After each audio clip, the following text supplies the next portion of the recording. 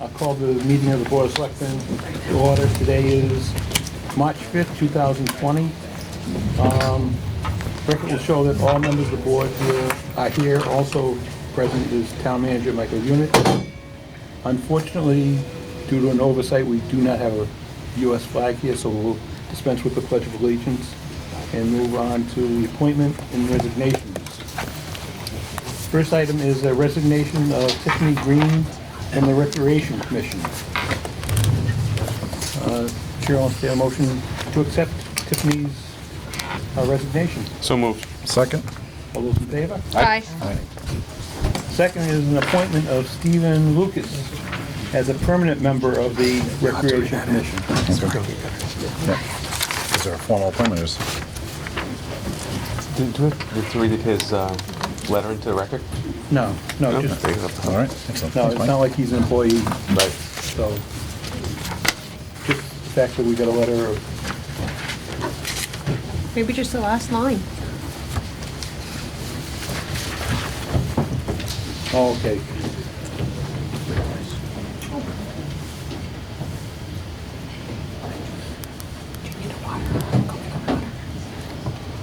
Okay, the fact, I'm, oh, I'm sorry. I meant to, while we had Jason here, to ask him regarding live feeds from the library. And in my oversight, I allowed him to escape the room before I could ask the question. He pop back up. He's Oh, just there he hiding. is. He's It's hiding. like whack-a-mole. That's a good one.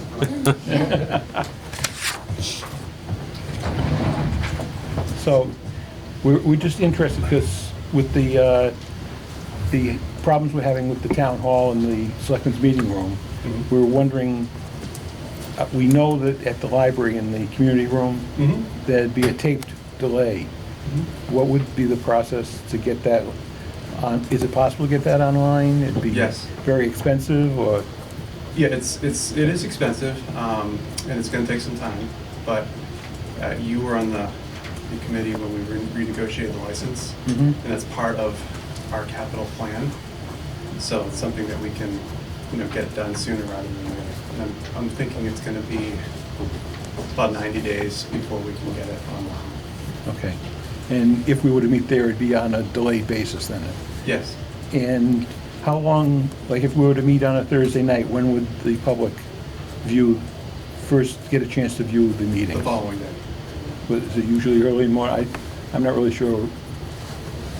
Sometimes it's as early as that same night, but we're not making that promise. Okay, Mr. Chairman? yes.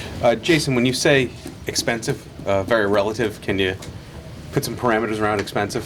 Well, there's the actual fiber connection that has to be made within the building. It's terminated in the back of the library at the moment. So we'd have to bring it in on the interior side to the front area. We'd have to put a drop in there, and then we'd have to purchase end user equipment, that would live there, be connected to that so that we could interface our Kindle equipment to that. That all sounds expensive.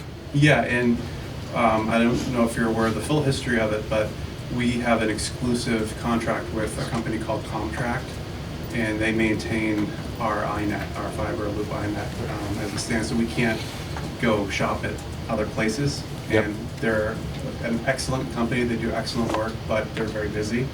So even to get into their queue, once we get a quote from them, approve the quote, get in the queue, get it installed, get our end user equipment, train our people on the new equipment, mesh it all together, test it, and put it out. I mean, it's just going to be a time-consuming process, but you have our full support. Would the use of the equipment that's in the current selectmen's room be, would you be able to use it, or is that kind of outdated equipment that you'd just be moving? We may be able to utilize some of that, repurpose some of that. It just kind of remains to be seen. Things are always changing with the technology, so we just need to make sure that we're not putting something old onto something new. Right, I realize it's over 6 months old, and Yeah. it's probably outdated by now. Exactly. Renee? But our board wanted to let you guys know that, you're more than welcome to meet here, whenever you need to. Same with charter and planning. And we have space to be able to meet in both rooms simultaneously. Right. So in the interim, hopefully you'll be comfortable enough until that can be completed. Okay, thank you. Thank you. Did you have a question, Renee? Did we get an answer on the expense? I Just don't know an yet. average or like a best guess? It could be, $10,000, $20,000 maybe. I don't know. I don't want to.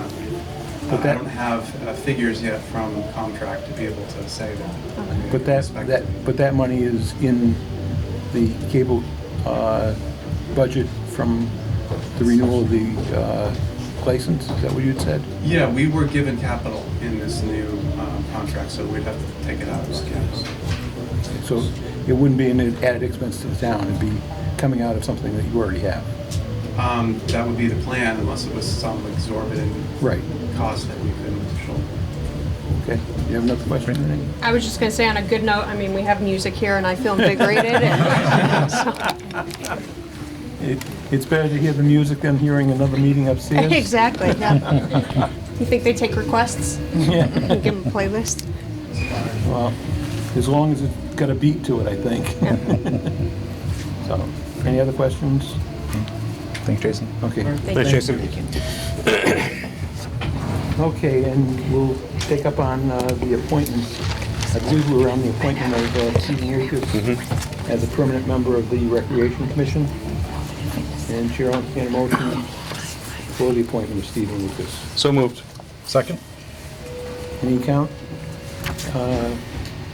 Any discussion? Seeing none, all those in favor? Aye. And we have a second appointment, Sonia Phyllis, as an alternate member of the Recreation Commission.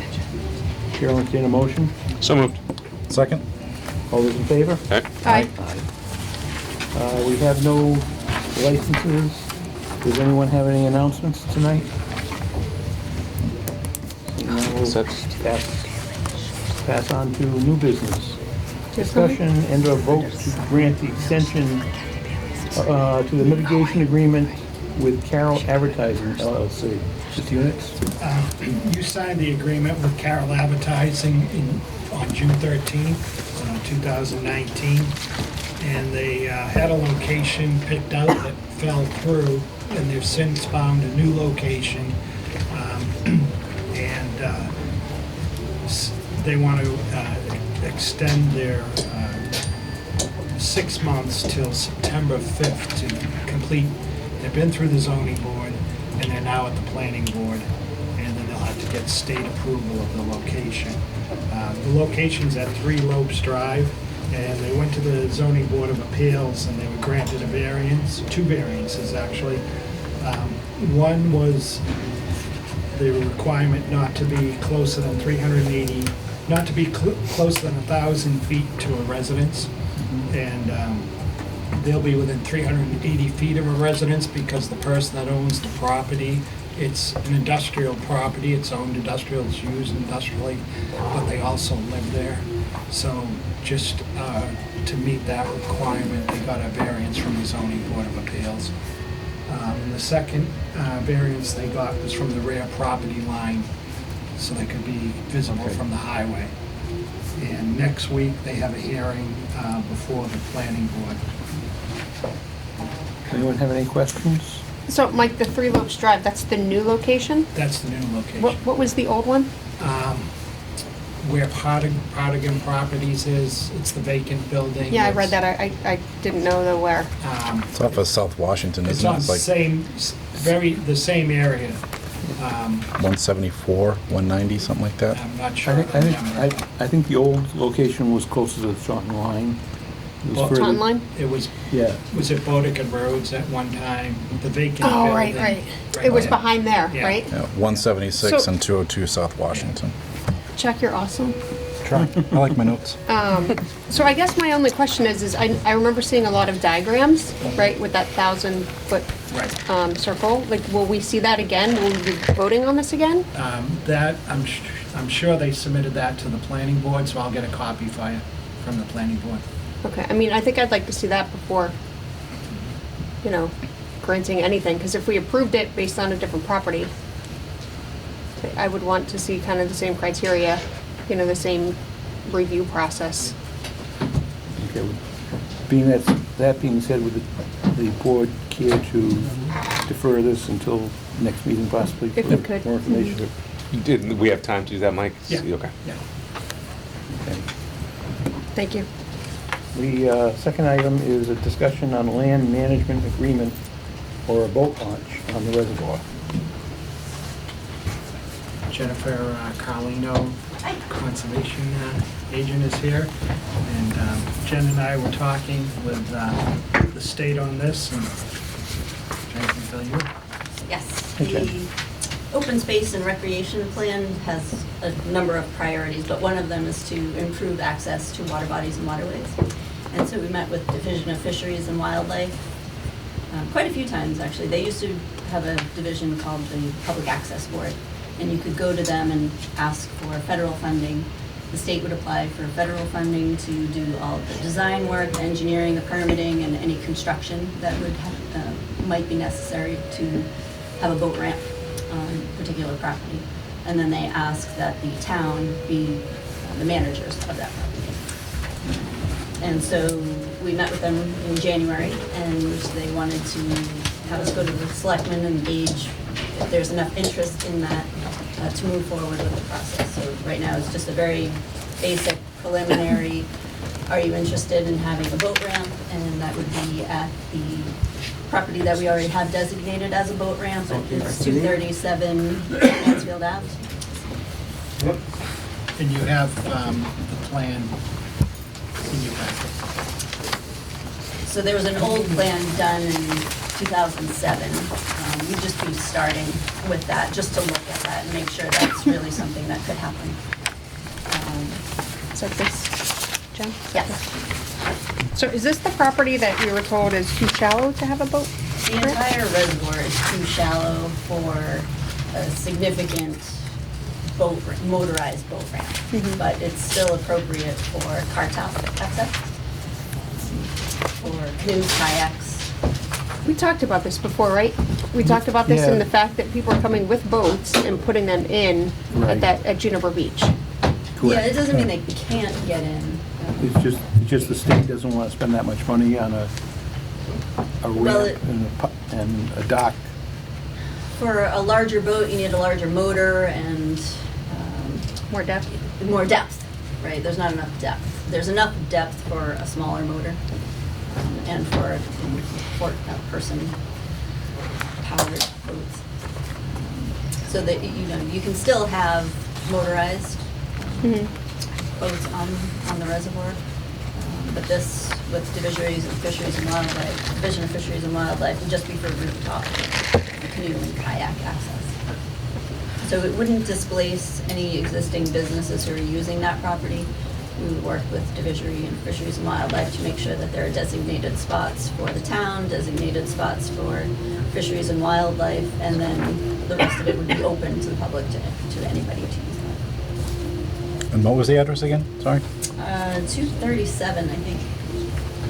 That's what I wrote down. That's what's on here, 237 Mansfield Ave. Yeah, I don't have that one. Oh, do you want, look at mine? So if this were to go in, it really wouldn't relieve the boat traffic over on Juniper Beach then? Probably. That's where they're putting the motorized boats in. Right. Yeah, it probably wouldn't relieve that. Yeah, I don't know that you can get motorized boats to back, a trailer to back in on 237 Mansfield. But it would certainly, you know, people call all the time, where can I park, where can I go fishing, you know, where can I put my kayak and my boats in. We have informal places, but it would be good to have a designated area. You know, they would be on the map, it would be on the Fisheries and Wildlife website. We have a lot of fishing tournaments People contact me for the license, the one-day license to do a fishing tournament. They would also go through Division of Fisheries and Wildlife for that, and we would coordinate it. And the portion that the town would need to do is basically making sure there's no trash. If there's grass, make sure it's mowed. If there's any monitoring of the boat ramp, that the town would organize, all of that. I would help with the wetland permitting portion of it. And then we would work out a cost share for the construction. But since it is a federal grant, I can apply for state grants or private grants to make up that difference. Is the expectation to have a parking lot there and a place for people to put their kayaks or canoes? The parking lot? Yep, there'd be a parking lot and access to the water bodies. And then would we have like a storage area for people to keep the town? We talked about it at one of our meetings. Like, Yeah. I have So we absolutely no could idea have what. racks. A rack, yeah. Yeah. But we can certainly look into it. Okay. Yep. And this is kind of off topic, but are there, like criteria for the different depths of the water bodies and what size boats should be in there that you would be able to provide to us separately? Not that I'm aware of, but I can ask them. They did mention that a horsepower and engine size would be something to look at versus speed of the boat, so we can get more information on that. Okay, thank you. And the state did, they had a plan, they did a lot of work going around the entire reservoir to check elevations, to see if they could justify putting a more substantial boat ramp in for larger boats, but they couldn't find any place suitable. Yeah, most of it is under 3 feet. The entire res? 3 to 5 feet, the majority. I can stand up in the whole thing. I mean, I'm And just there's stone surprised that walls. we I mean, have, they used to be fields, so there's stone walls throughout. I'm just surprised that we have like actual motorboats on there. And especially the volume that we've heard from the residents there. So that's why, if you can get that other information, just so we understand if we should have boats on there. I'm not an expert on the boats, but I think a lot of the boats that are in there are like bass fishing boats. Yeah, flat And bottom. they're flat bottom, and they tend to have the outboard motor does not extend as deep into the water, and that's how they're able to maneuver Yeah. over the stone walls. It's either that or they've hit the stone wall so many times they know where it is. Right. Are we voting on this, Brad? If you're comfortable in voting on it tonight, yes. Okay, so just a couple more questions. Is 237 where the Norton Kayak Company is? Correct. Okay, Yep. and is that the same property that we purchased? Okay, so that's one on the same. Super. So if the board's comfortable on voting for this, Chair, I'll entertain a motion to approve the land management agreement application, I guess. So moved. Second? All those in favor? All right. All right. Thank you, Jan. Thank you. Thank you Yeah, so Let me much. know if you need any other information, just email and I'll try to get that for you. Great, thank you. Before you run away, well, no, it's just, we do have a discussion on location of a possible town hall senior center, and there is a piece of parcel that's abuts the reservoir. Okay. And so we may have a question Oh, for sure. you. Yeah, no, I'll hang around. Okay, thank you. Thanks. We know it's exactly what you want to do on a Thursday night. Okay, next on the agenda is a vote to declare the fire department's 2012 International TerraStar ambulance as surplus and remove it from the fire department inventory and transfer it to the police department. Unit, what do the police department plan to do with? The police department would declare their ambulance that they currently have now, that they converted for the honor guard, Okay. and this would replace that. Does anyone have any other questions? If not, Chair, I'll entertain a motion to approve the request to declare the fire department's 2012 International TerraStar ambulance as surplus, remove it from fire department inventory, and transfer it to the police department. So moved. Second? All those in favor? Aye. Aye. All right. And now we have a review of the building project with the permanent building committee.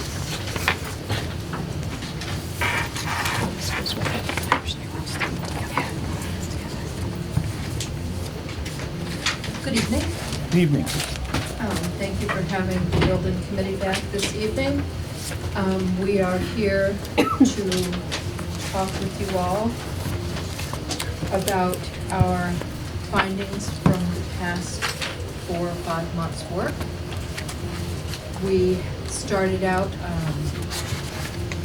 I believe the last time I was here to speak with you, with 17 sites around town that we were considering. Through much work, we have narrowed that down to 4 that we would like to present to you this evening. And we do have our architect, Mike Rivera, from DBBW, who is here to walk you through your handouts. But before we do, I would like to thank the building committee for all the work that they've done. They've been diligently meeting every other week. We have been out walking, we have been emailing, phoning, and we are very pleased with the product that we are presenting to you all this evening for your beginning considerations, so thank you. Mr. Chair, I'd just like to reiterate what Dinah said, having sat in with the PBC for the past few months. They've done great work. They've been very diligent to make sure that they're putting a really solid case forward. They've considered a lot of options, very, very thorough, and they should be very proud for the work that they did. Dinah, can I ask before you start, are these, we have 2 different copies, I think? Is this the same copy, just one black and You white? have one copy this Yeah. side. One's copy this side, on the front, it is dated March 5th, 2020. March 5th. March 5th. Okay, so we have a March 2nd one. Yes, that was our working copy from the building committee. Okay, It's did they change No. substantially? Can I give this It's to people in the colored. audience to use then? It is different. Oh, it is. Oh, it It is? is updated, yes. It's updated. Is it significantly different? I'd say yes. All right, Okay. then, no. Sorry, guys. Sorry. Do we have copies for folks who I are have joining? additional copies here. Could we And it's just? up on the That is screen up as on well, the yeah. screen. Yeah. But I do have 5 more copies. Someone pick up mine. That's not the easiest, so. You guys have to share though. Don't fight it.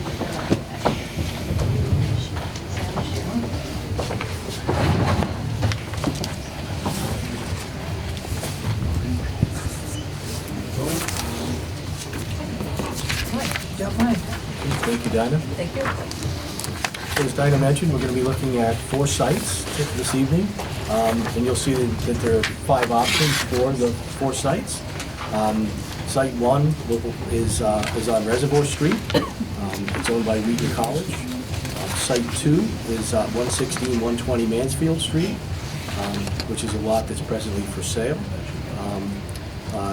Lot 3 is 215, 223 West Main Street, which is owned by the town of Norton. It's the middle school site. The 4th site is 78 East Main Street. That is directly adjacent and surrounded by the town hall land. And then 4A is an option on that same site. Can you speak louder? Yeah. Sure. Can't hear a thing. Sorry about that. Dance fever going on over here. Okay.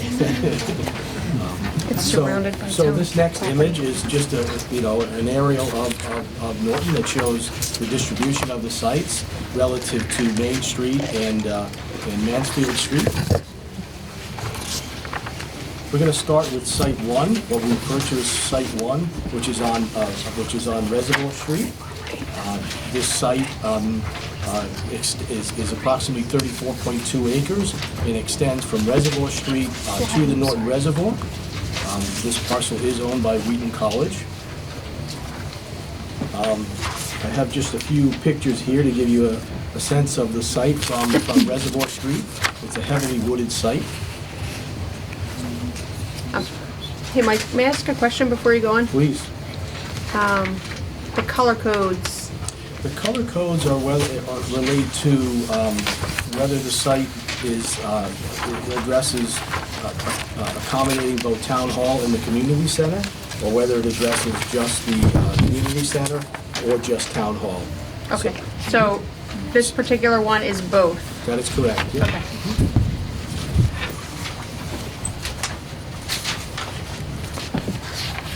So moving on, so as we looked at each site, one of the things we did is develop a preliminary plan for how these facilities might be located on the site. I just want to say, these aren't necessarily intended to be final design in any way, but we really just wanted to see how things might fit and to get an overall sense of how parking might be arranged.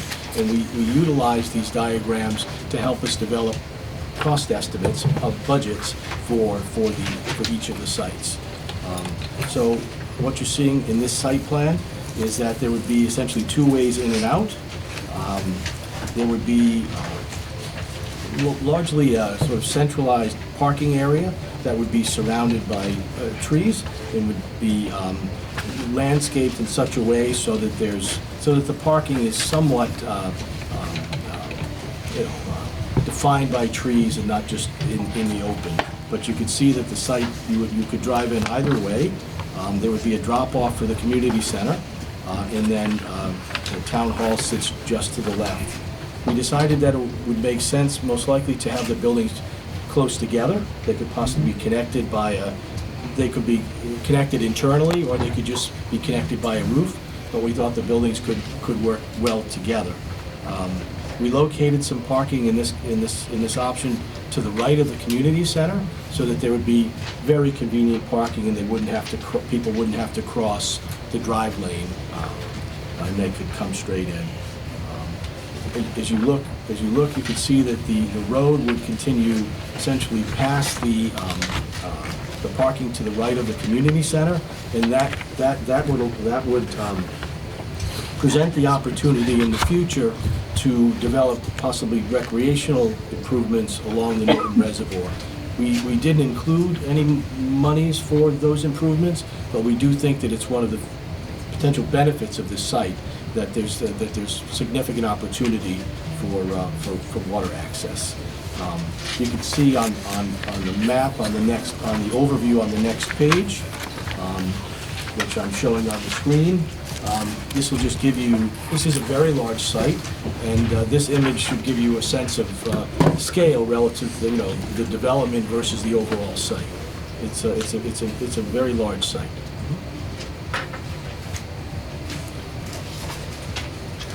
As I meant, okay. Any questions? I'm happy to. I don't know if now would be the time to ask Jen if she's familiar with this site and where it is abutting the reservoir, if she thought there'd be any way that we could get grant money for maybe purchasing the back half of the lot if it was used for conservation purposes. Yes. I have not been on the property, just because it's private property. If there's no wetland permit, I don't go out there. So I haven't been on the property itself. But it certainly looks like there's a significant amount of upland area. The wetland in the back is going to be pretty close to the bank along the shoreline. And there are opportunities where you can offset the cost of the purchase of a piece of property like that by designating a certain area in the back and getting grant funding for a recreation purpose. But that would typically be something deed restricted, and you just have to plan ahead, well. Now, there is grant money that you can get. what type of recreation could be accommodated if it was purchased with conservation grants? Conservation grants are typically passive recreation, so there's a difference between passive recreation and active recreation. Passive is more canoeing, kayaking, smaller boats, hiking, nature trails, nature study. Active recreation is more like ball fields or something that's a timed or a scheduled event with a referee, lines on the field, anything motorized, that's more active recreation. Okay. Thank you, Jen. Does anyone else have any questions of Jen? If not. Okay, Jen, that's basically what I wanted you here for. so I knew the proximity to the reservoir might make it so that we could get some money towards the purchase price through a grant. Okay, thank you very much, Jen.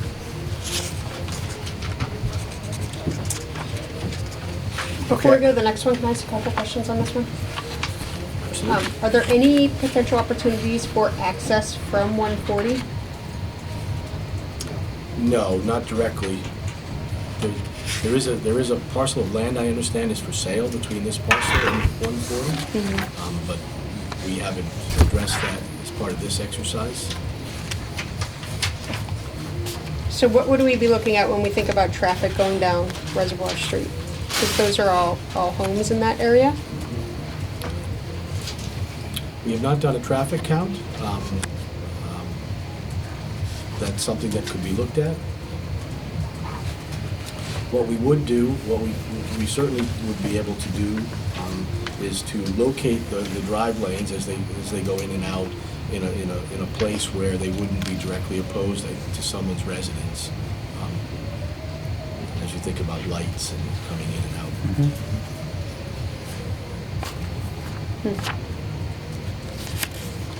Anyone else? So next, I can talk about the budget estimate as we go on the site. So just share it to this next page. So this is the intent here is to develop a budget for each site.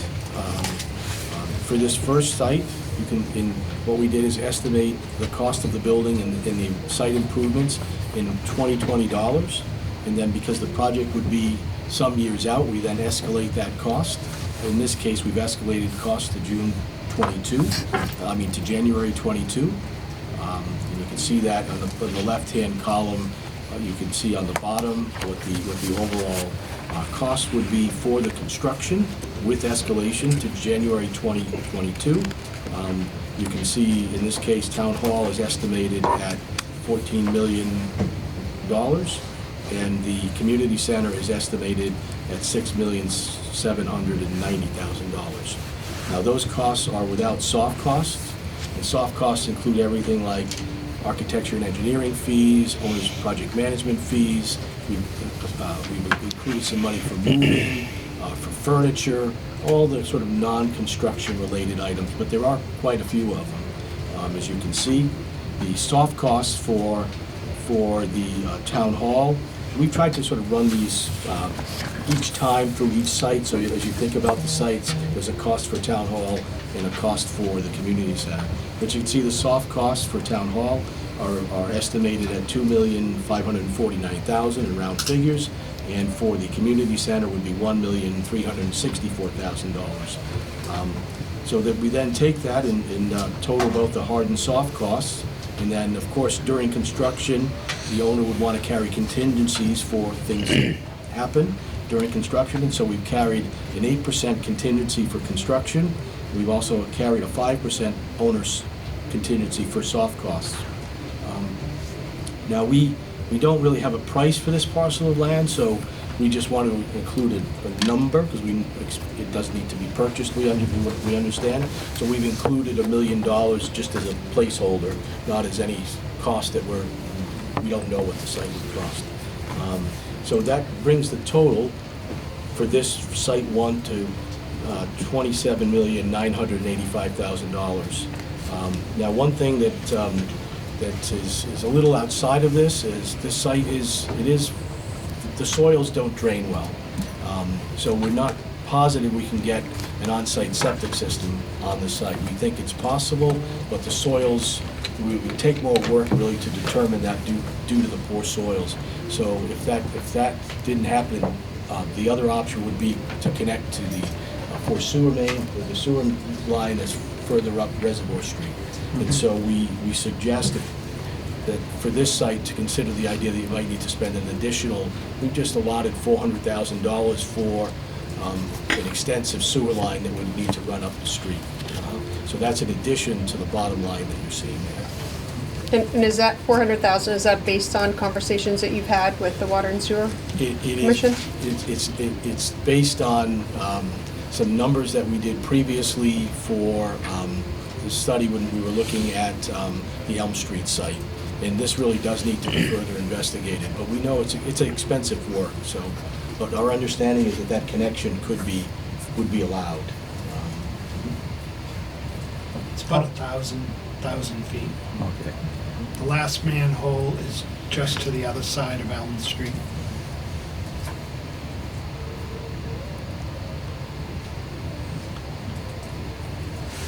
The last manhole is at the other side of Elm Street? Yes. On Reservoir, just beyond Elm Street, that's the last manhole.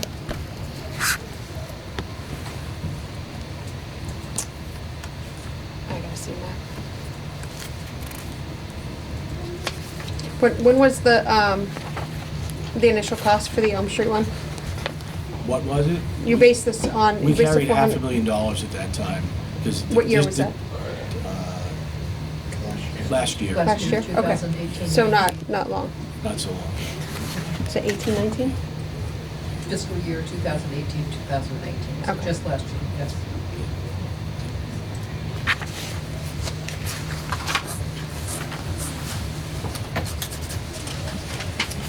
If you have no further questions, I'll move on to Site 2.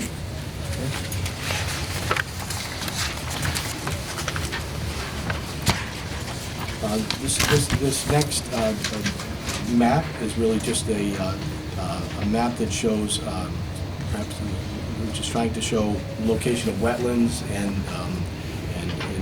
other items that would impact the site. You can see that while the site is 5.7 acres, most of it is wet. It's part of the reservoir. While the site is 5.7 acres, a site of that size could possibly accommodate town hall and the community center. In this case, the site can only accommodate, in this case, we've made it the community center. If I move to the next slide, you'll see a few pictures of the site. As I mentioned earlier, this site is for sale. It's listed for $849,000. I just want to, 849.9.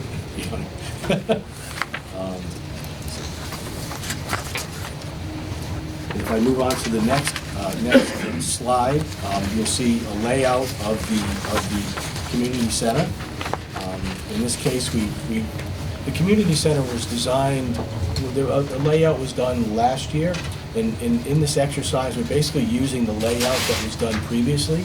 It's a one-story building, and we do think that if you selected this site, that we might take another look at the building and how it's arranged, so we could get the building situated in a slightly different way than we're showing on this site. But for the purpose of understanding whether this site is of sufficient size to handle this, the community center, I think this image shows that it's certainly large enough. So, in this case, we're showing a drive lane coming in off of Mansfield Avenue, a covered drop-off to the right as you come in, and then in order to, parking would be, in this case, in the back.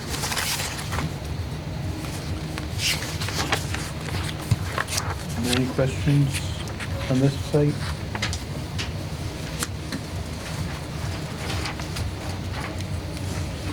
It looks like on this particular one, you have by far less parking. I think on the other one, there was 70 for the community center. Well, yeah, they're shared. We think of them as shared on the other side. The other one though had 70 and like 120, right? Yes. So is 50 adequate for what you guys were initially scoping? I think what we need to do is see what the final size of the building is, which then that will dictate per statute how many parking spaces you have to have. We also need to look at the current activity of the current senior center a little bit more closely, and then jump that number by 75%, which is usually the increase in usage you receive after you build a new senior center, and figure out exactly where the parking needs to be. So as Mr. Rivera said, this is a schematic, this is feasibility, it will all fit here. Yeah, We just need hard data as to what we're. Yeah, and you can see there's quite a bit of open land still available on the site to the bottom of the page. So parking can be expanded with this. I live not too far from the site. I live up the street from here. And I live not too far from the site. And I go by that site lots of the sun on my walks. Right? But,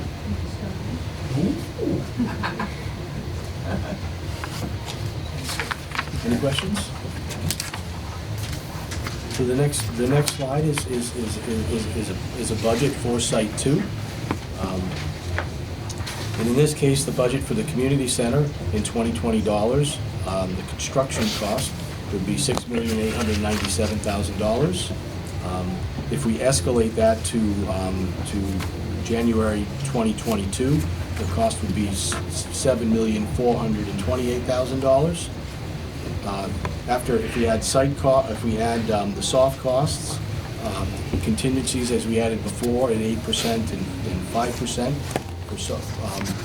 and then add the purchase price of $850,000.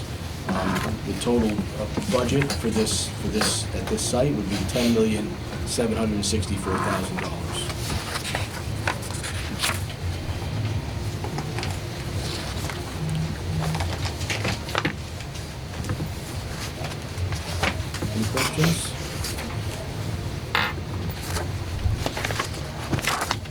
Moving on to Site 3, which is part of the middle school, the Norton Middle School property. Although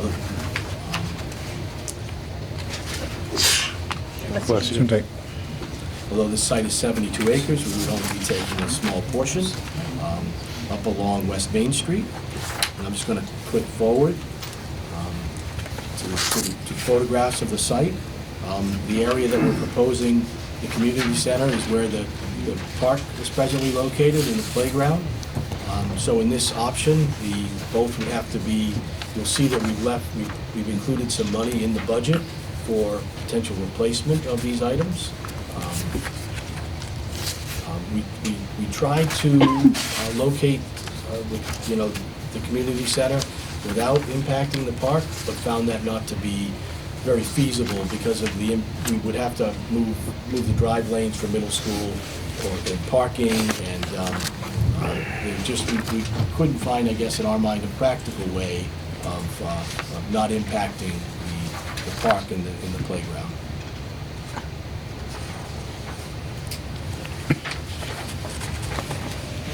Mr. Salvers, Denise, do you know, I thought I had heard at one point that the school department was thinking of either widening or changing the entry to the middle school. Do you know if that's just a rumor, or if you could... I can't speak to that. I would say that's one of the first times I've heard it. I think someone recently kind of mentioned it, but I don't know that we're actually considering it versus it's just somebody saying that. I think it's probably coming about because of the traffic at this point. And I know that that's a fair concern. I know when people are coming out of there, particularly if people need to take a left versus a right, I think it gets really backed up, and I can see where widening it would make some sense. Right. But I don't think we've talked about it formally. Okay. Thank you. So this next slide shows a layout for the community center. And as you can see, that the site would have a direct connection to West Main Street, but also a way in and out from the drive lane to the middle school.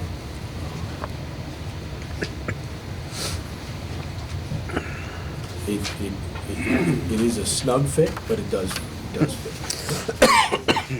And this is also a one-story building? This is footprint? That's correct.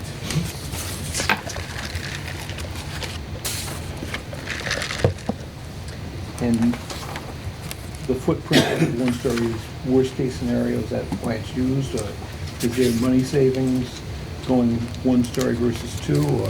There could be programmatic and operational benefits to having the facility on one story.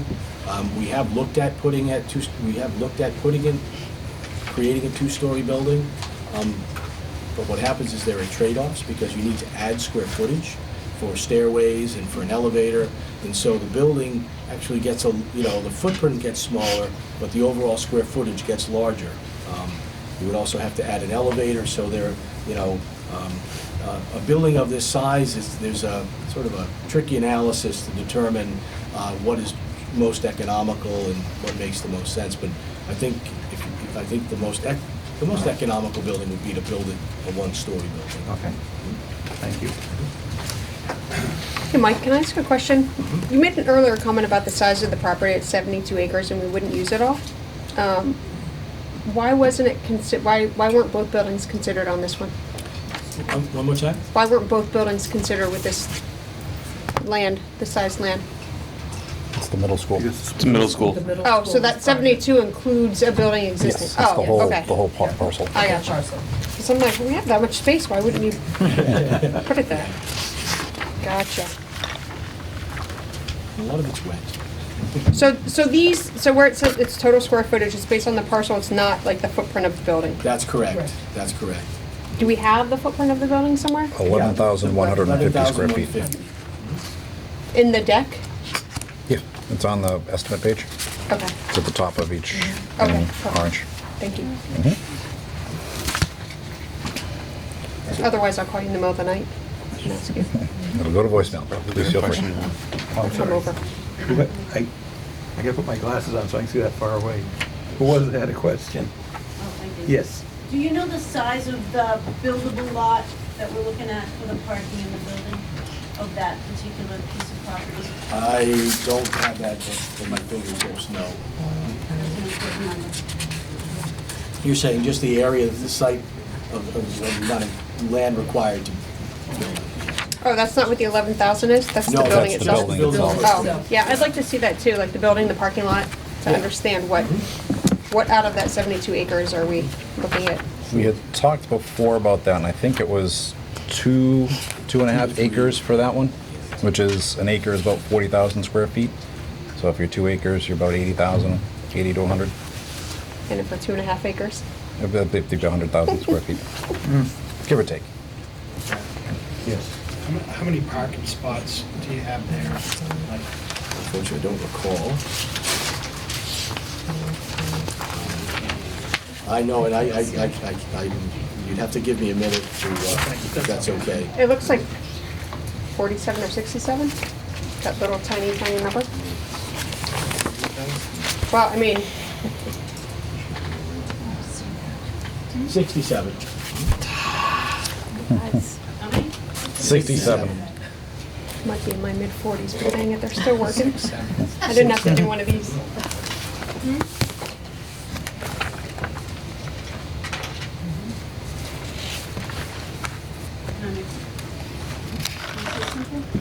I'm Yes. concerned with the size of the parking in that facility.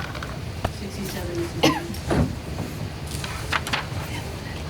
Okay, thank you. You would know better than we would.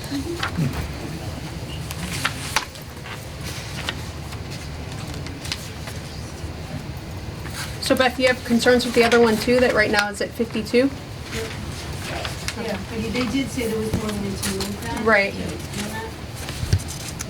Do you think there would be a way to share parking with the middle school? If we, at least for some, or the distance would be too great? We're too far away. Too far.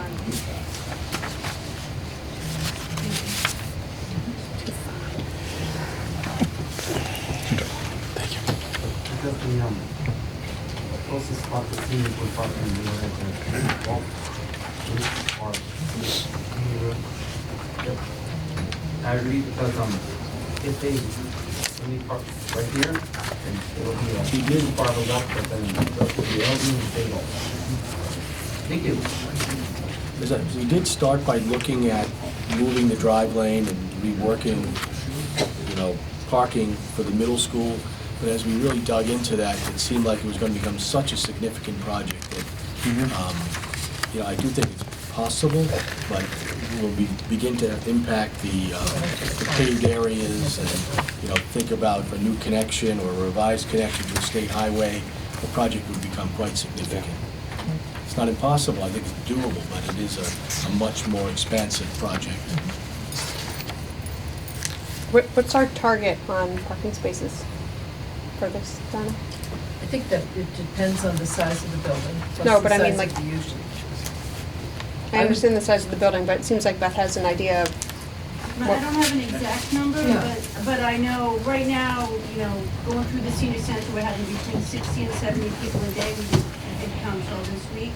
And that, as Dinah said, when you build it, they will come. So the more space we have for different programs, the more parking we're gonna need.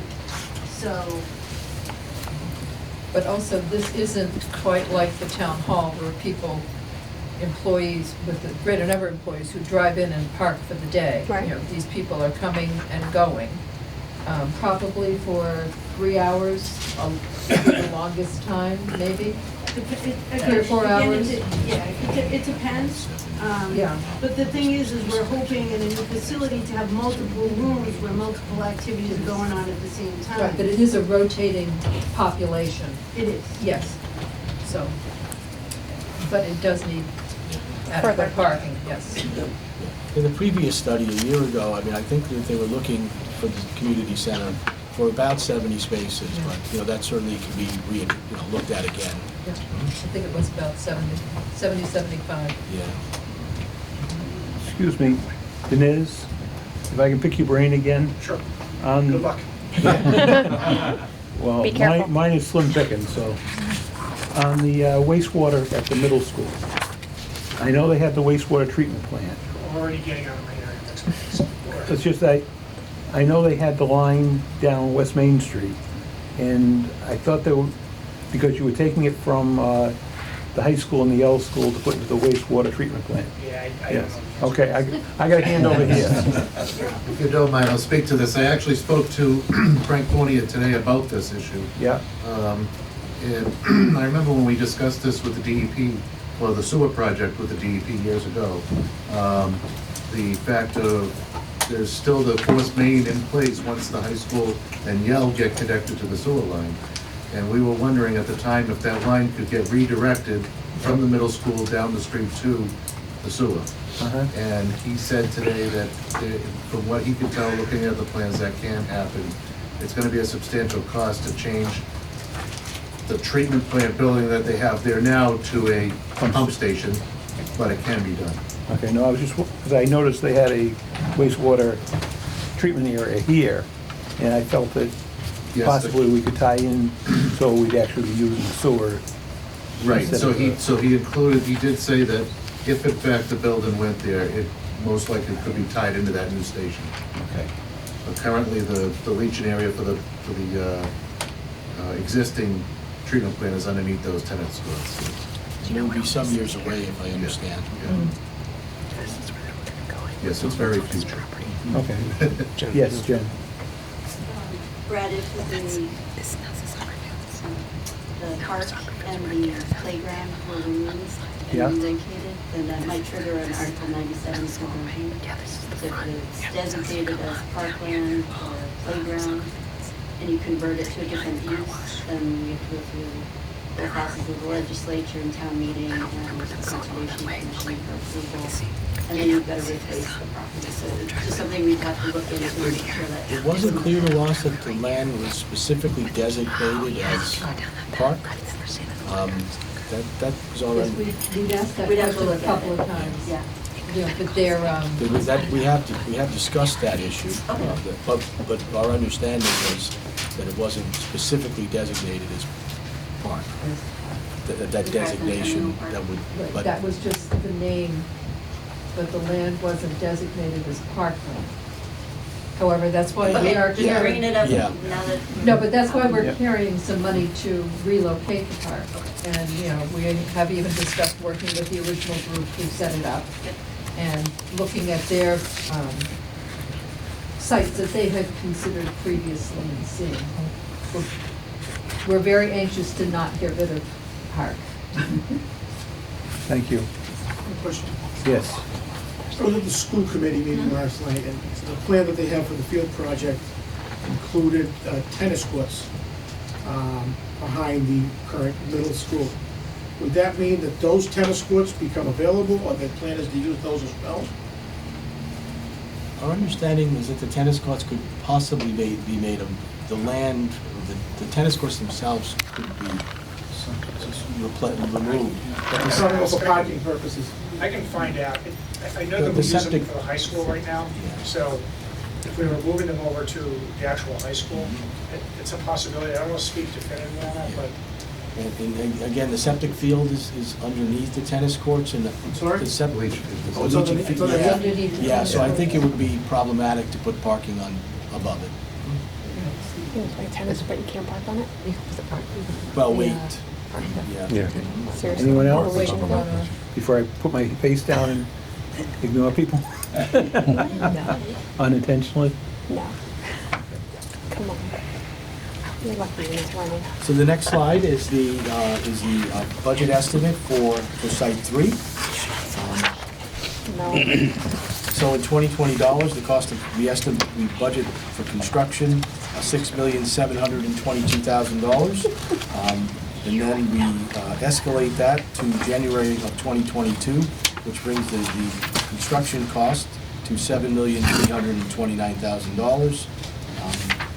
Adding soft costs of $1.4 million, and then contingencies of 8% for hard and 5% for soft costs. And then we've included an allowance for replacement of the park and playground of $500,000. It brings the total for this site to $10,173,000, $174,000 in round figures.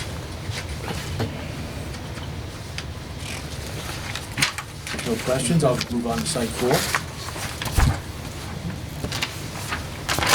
So this is a site constraints map for the 78 East Main Street site, which of course is a site that's surrounded by Norton publicly owned land and sits between the existing town hall and the fire station.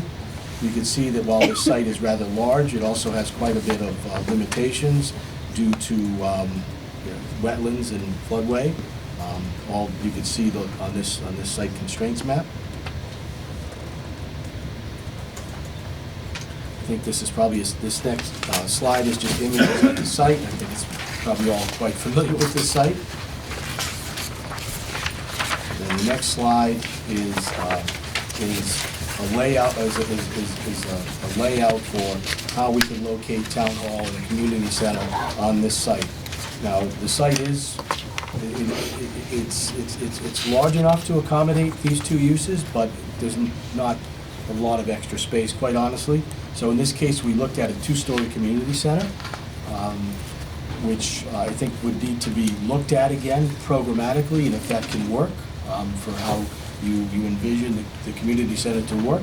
But we developed a footprint and a building size which is a little bit bigger. The building size is a little bit bigger than the other options and all of the other options.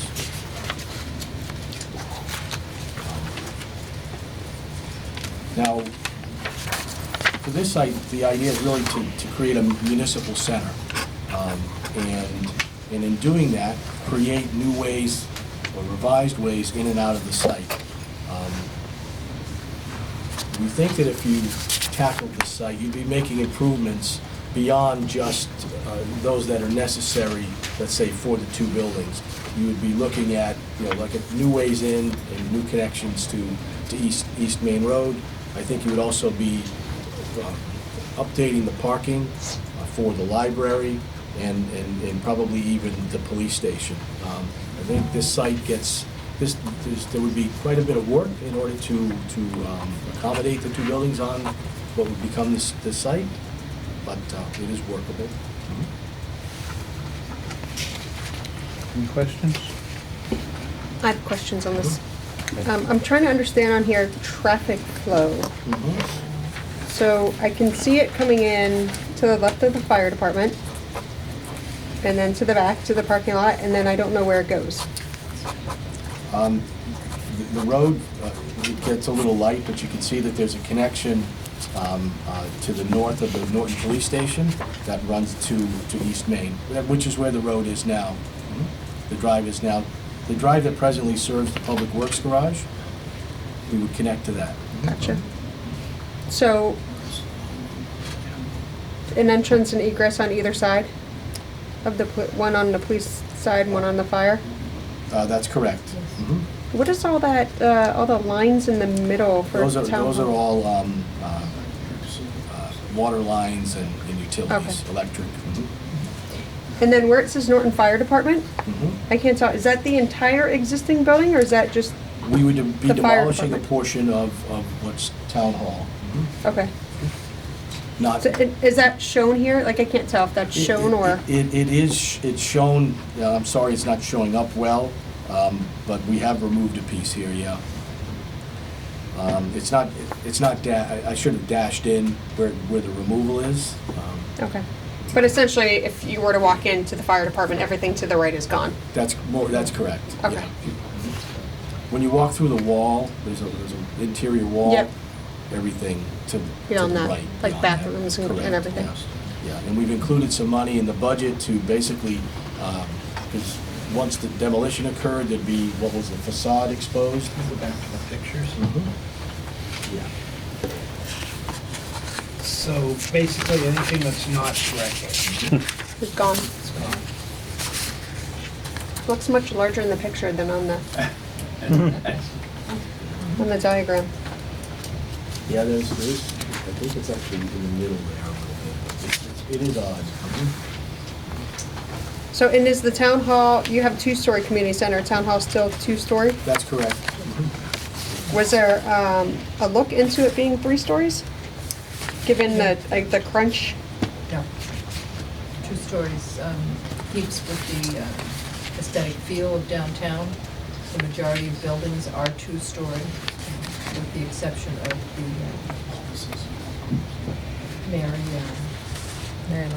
Mary Lyons, thank you, the brain was gone. Cupola, the majority of buildings downtown are 2 stories, and so it keeps I want within to say too that the purpose of Village this center. exercise, at least as we understood it, we weren't necessarily trying to design the buildings or even really design prepare a final site design. Because, I mean, normally as an architect, we would design a building to fit a site. And in this case, we were taking essentially the previous designs and trying to then locate them on the various sites.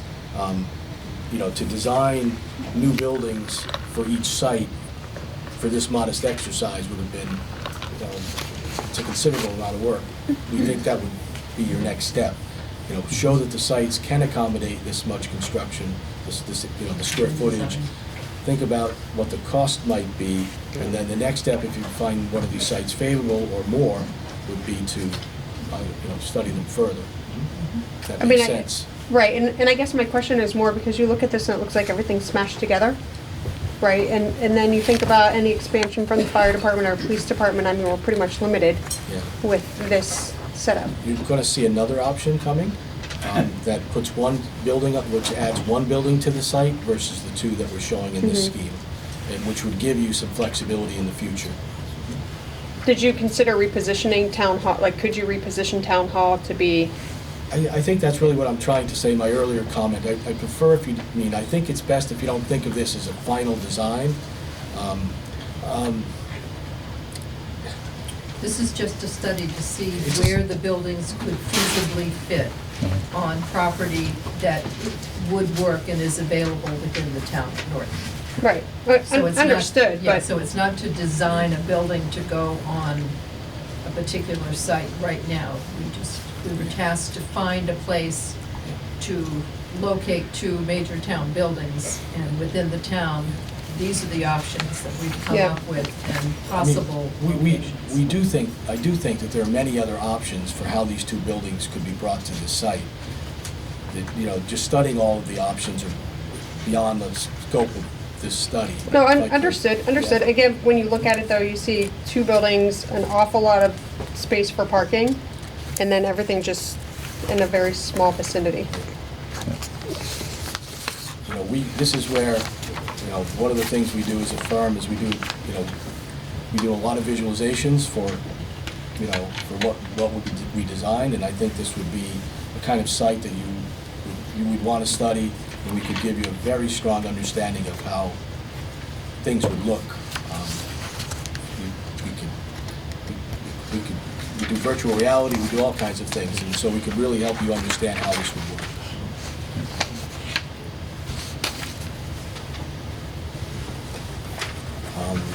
Moving on, if I move on to the estimate, the budget. So this is the most expensive site, I think you'll see, and it's because of the amount of existing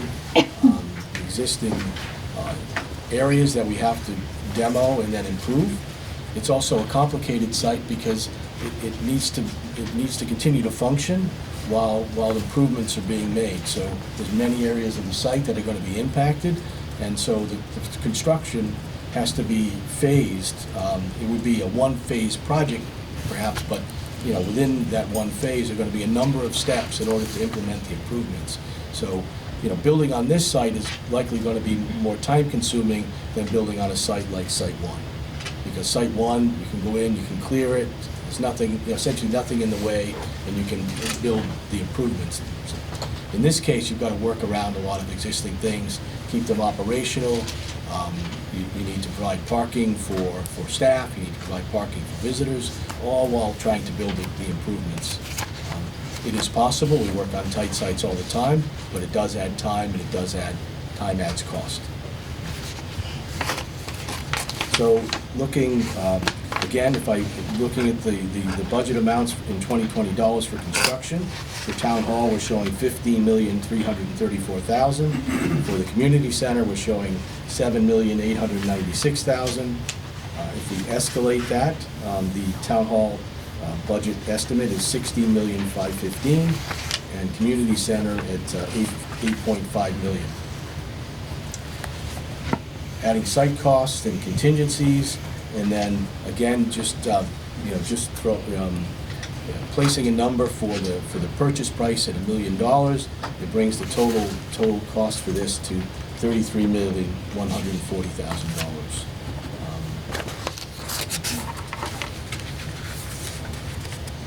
If there are no questions, I'll move on to the next site. Any questions? Actually, it's the same site, it's just a slightly different option, whereby the community center would be located on one of the other sites that we've discussed. And this site would accommodate, in this option, Town Hall only. Back to what we were discussing previously, I do think that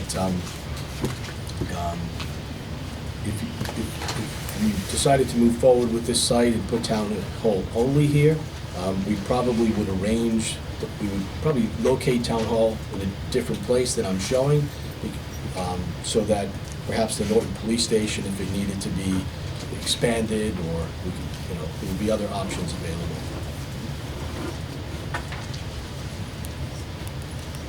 Any questions?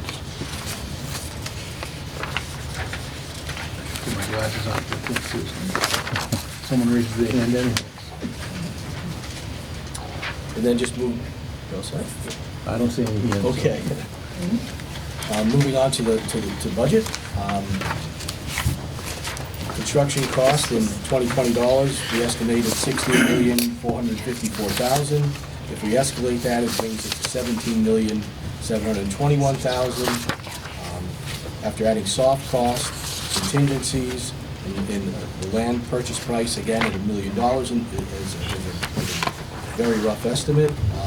The total cost in this case would be $23,686,000. Again, for Town Hall only. Thank you. Any questions or comments? Turn it back to you. These are the narrowed down sites that the committee would like to offer to the board for your consideration for the construction of these two buildings.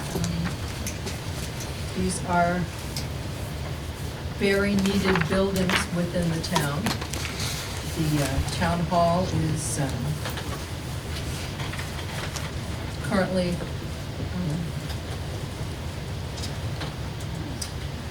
under an OSHA sighting. The Council on Aging is in a 1850s schoolhouse slash fire department slash Council on Aging center. I think you've gotten, town's gotten their money's worth from these two buildings. And the Norton Senior Center used to be the side of a former fire station. Mhm. Right? We realize that what we're bringing to you, these projects have very long life expectancy with them. We're trying to build buildings that would last the town a minimum of another 50 years to keep going. We also realize that the price tags are, they're reasonable. They seem large, but for construction and escalation out, these are very reasonably done. The committee has taken the time to really look at the sites and decide whether something that was on there would be too expensive in their opinion.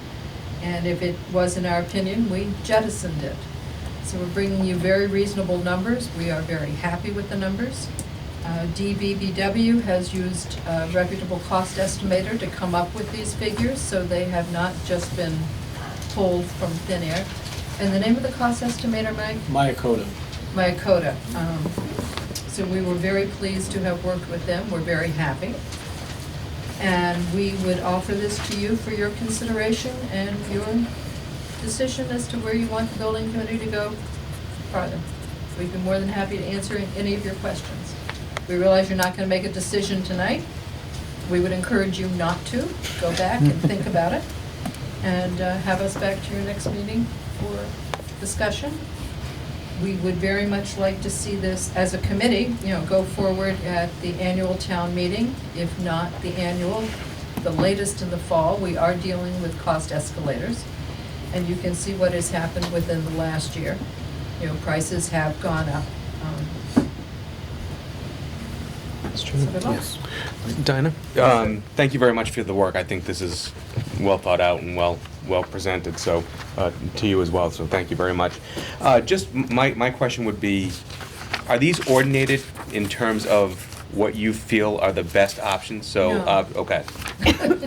No, they are not. Okay. That is going to be up to the pleasure of the board. Mm-hmm. Okay.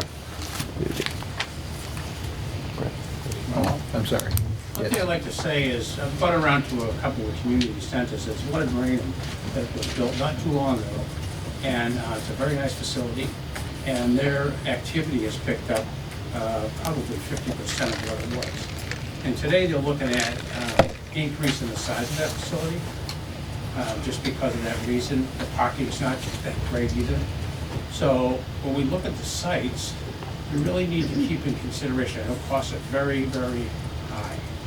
And the longer we wait, the farther we drag it out, the increase in cost just escalates. Whether it's the town hall, the community center, I'd ask you just to make sure we're sizing them properly, especially the senior center. I know we decreased the size of that, but whatever you do, think about that, because it's easier to do it today, a lot of money, but it's going to be even more costly as we move forward. Just Thank you. Mr. Chair, can I Yes. ask a question? Yep. So, thinking about costs, I'm somewhat surprised that there's only one site on here that's owned by the town, Yes. right? Can you speak to a little bit how you came to that? We went through the 17 sites. A lot of the parcels in Norton, as you know, are wet. The town does own sites. They are wet and would not hold the size buildings. We did try desperately to find municipal property, and we were unsuccessful. So this was the only one out of the entire town Yes. that had any, Yes. okay. And I realize that sounds a little strange, but 48% of Norton is wetland. It is. I mean, I guess it sounds strange too, because we talked about the potential for use by the high school, right? And that's town property too. I don't know if that was that Part wetlands of that issue? was wet, It was yes. looked at. Yeah, it was Yeah. looked at, and it would not properly hold the building. And so it was taken off the table. Okay, and can I ask a request for something? So, again, I think you guys did a great job. Thank you so much for this. Is it possible to kind of bring some of the information on the costs into this front page so we can do some comparisons across the sites? Like an easy look across? Yeah, we can put together a spreadsheet that will Okay. put it all to one page, yeah. If you wouldn't mind. It would just help so we're not flipping back and Understood. forth and, Understand. thank you. You can do that, she says, looking at Mike. We can. Right. Yes, yes, Thank we you. can. That's the weak Oh, part. sure, no problem. Dinah, would you like to share the board's recommendation? I got it. Thank you, Jack. You're welcome. Well, you said you would share it if you were asked, so. Yes. I did, and hopefully you understood the look you just got. Loud and clear. Thank you. I'll walk you to your car. But I think it's important to hear from you guys, because Yeah. the board has studied all these properties in detail for several months, so you guys have the best appreciation for what's going on.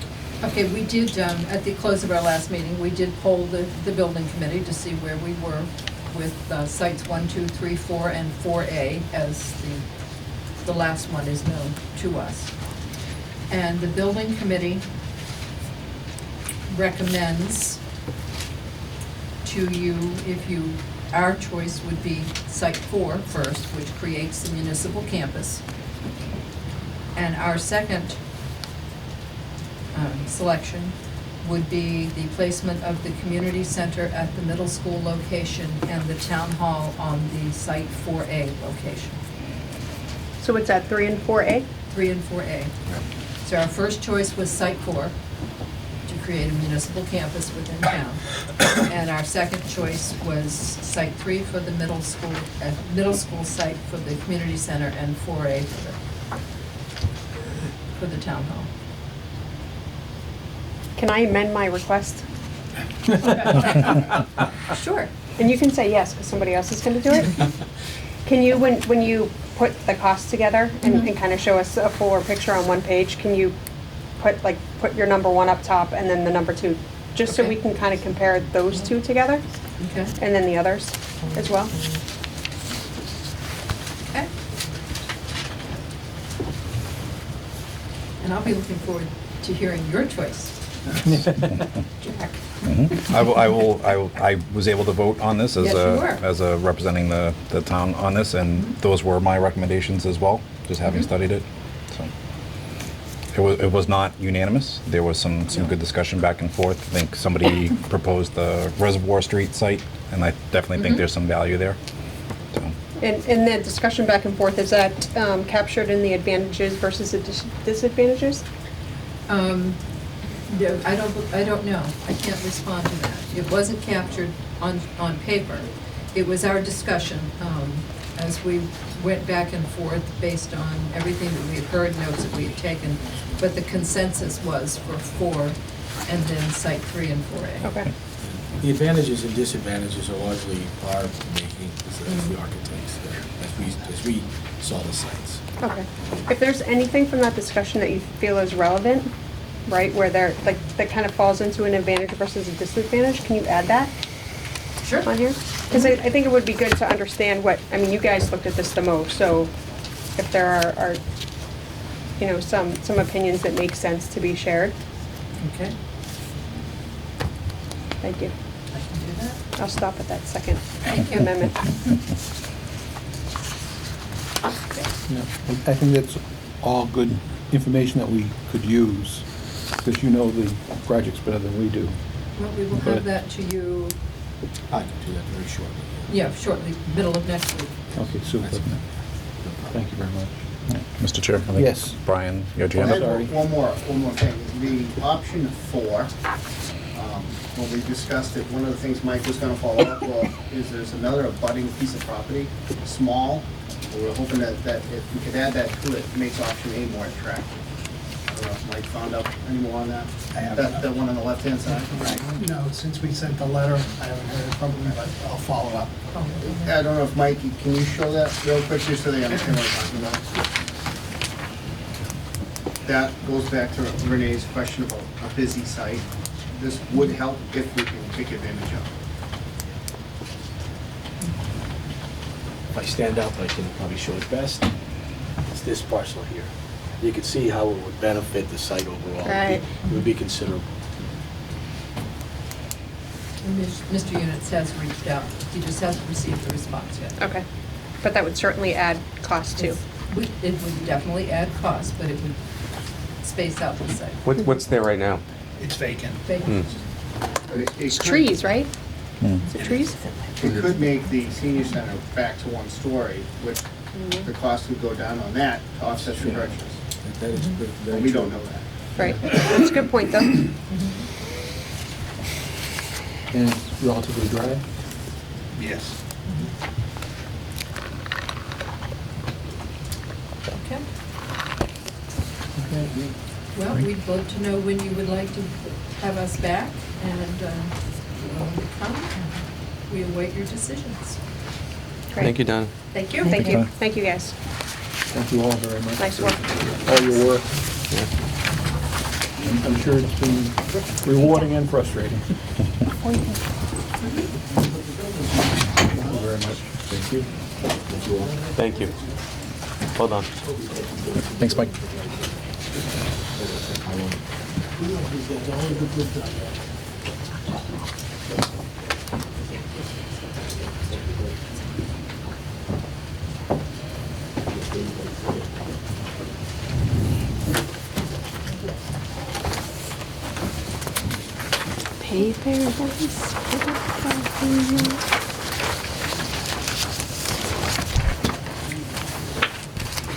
Okay, next order of business is to review draft town meeting warrant.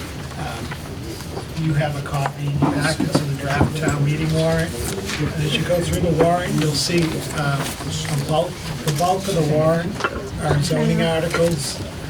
And Paul DiGiuseppe, next Wednesday, the 11th, we'll be talking to the Finance Committee about these zoning articles. So if you're available to attend, it would be helpful. Mike, is that, it's the 11th, right? The 11th, yeah, here, on the 11th. Yeah, were you able to get, I think we'd probably need a bigger space if, we'll be over there. Yeah. Okay. I'll make sure. And then if, Bless you. I think we should talk about that later, who would be able to attend, so if we needed to post. I will not be around. Right, you'll be on a plane. Wednesday, the 11th? That's next Wednesday? I might be around, actually. I may or may not be in St. Louis, depending on the coronavirus. You probably will not be. Yeah. Just on the warrant, Brad and I were talking before, we talked at the building committee the other night, there's 5 articles in there for the building project, just to make sure we have everything covered. So obviously, some of these articles are placeholders, and, you know, as long as we get everything ironed out before, 3 weeks before town meeting, we have to finalize the warrant, what articles we want to take off or extra. Can we have that specific date, and do we have a list of the articles in tonight's packet? You've got the warrant. Yeah, but do we have like that other page? No, I can just list the articles on the page. Can you just Okay. give me a minute to find, I have one, I just want to find it real quick before we start talking. And then can we be clear on what that date is? Because if we need to get Yep. our plan for a meeting Okay. beforehand.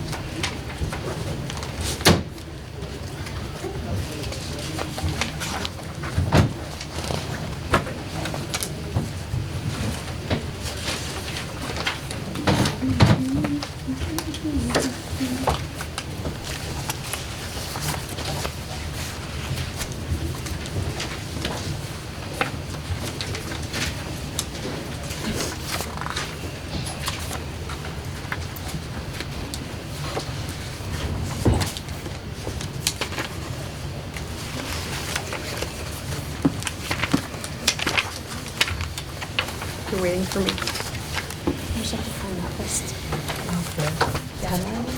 The articles. I know I have it, I just need to find it.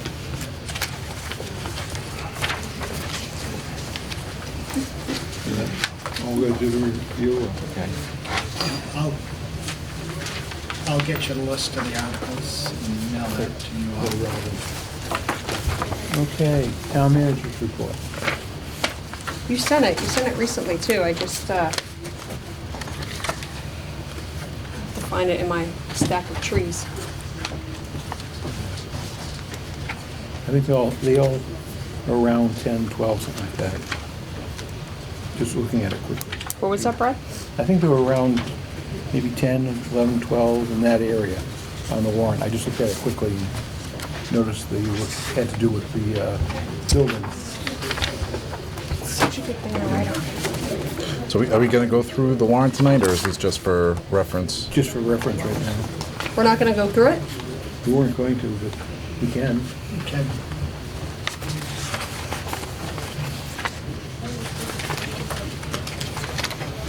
I noticed there's no Article 1. Is that normal? Yes. that's- Okay. Article 1 is the town election. Okay. I feel like I've asked that before, so. Everyone Somebody asks does every year. know what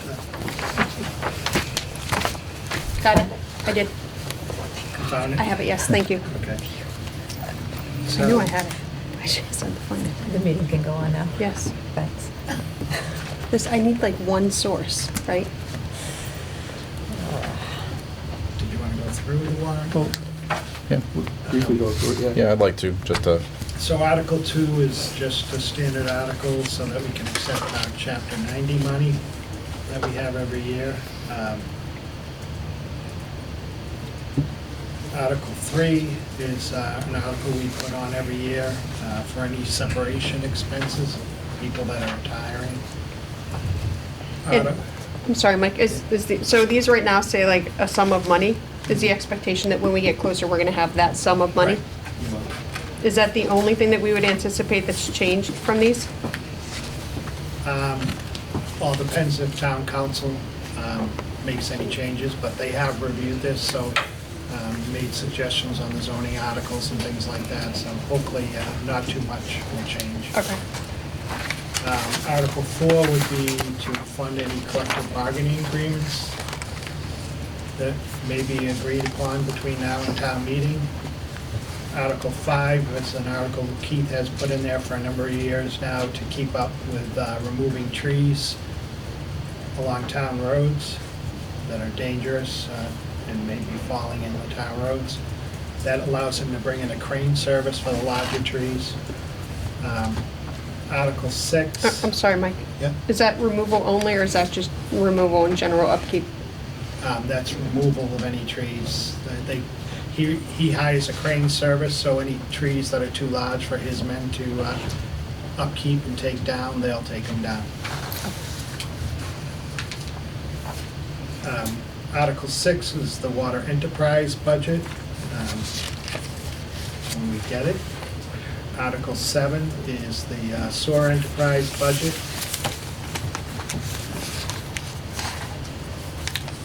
Article 8 is to appropriate monies for any town debts. Article 9 is capital improvement fund. so a question on Article 8, well, that'll have a fixed amount in there if there's a need, Yeah, okay. all of them will. When, the amounts, a lot of them won't have the amounts in the article, but in the motions, so you'll have the motions before, Is at there the same time. any before way the we warrant's could finalized. align those so that the amounts are in the warrant, because that's what people have in front of them when they walk in, if the time, can we Well, find a way to make the time? When the warrant goes out, when it's posted, it has finance committee recommendations on it. Okay. And Mike, on that number 8, so I'm looking at the original list, so it looks like maybe some numbers moved around, or is that, so the original list had it as the operating budget? Numbers may have moved around as articles were added, articles were dropped. So we've dropped articles from the initial 32 already? We may have, but I'll have to look. Okay. Can we, similar to what we did last year, and making sure that we're tracking how FinCom's voting, how the selectmen and so on and so Yeah. forth, can we do that? But can we start, can we have the original list and then show the difference? Like if one of these come off, can we just list that it came off and a reason why? Okay. Just so when we. Keep it on the list and just. Yes, yeah. I mean, I know the numbers might not add up, but Show it. yeah, I think it'll just help us to kind of go through the process. Thank you. Yep. Article 10 is to raise and appropriate or borrow to fund capital plan. Article 11 is to appropriate funds for a household hazardous waste day. Is that a typical one?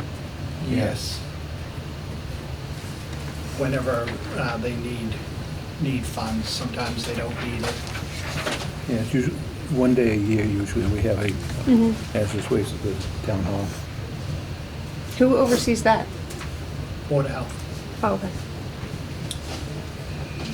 Article 12 is a solar pilot that the assessor is negotiating now with a proponent that's looking to put a solar facility on South Worcester Street, and that'll come to the Board of Selectmen. Article 13 is reserved to fund the municipal and community center project. Article 14, put on by the school committee, would be for the town hall senior center project and an athletic complex. Article 15. Can we pause on that? Yep. I don't know, why wouldn't that be, why wouldn't that show as under us? Or under the permanent building committee? The school committee submitted it. So it just goes by who submitted it? They sent it in order to hit the deadline. Right, They I wanted to mean, make sure yeah, it was on they there. really did it as a, I'd say a favor, because it wasn't there, it wasn't captured. So, like the possibility is if anything is being done, I mean, Article 13 could be amended to include a town hall building, a community center, and a field. 15 is in case there's land acquisition for a town hall and senior center on the same property. 16 would be just to buy land for a town hall.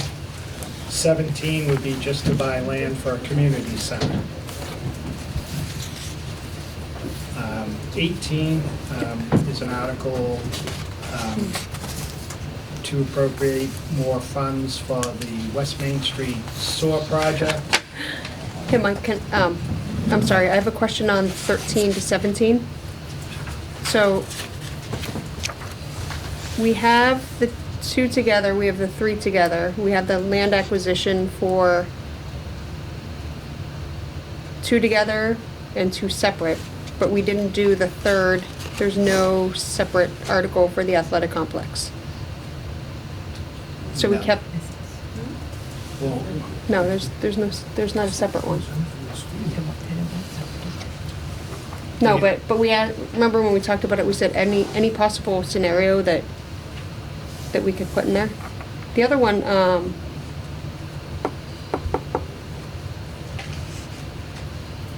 I just don't see all the scenarios, right? We were talking about all of them individual, all of them together, and then I just see on, right, we have the senior center and the municipal center together. We have three of them together, but then we don't have each of them separate.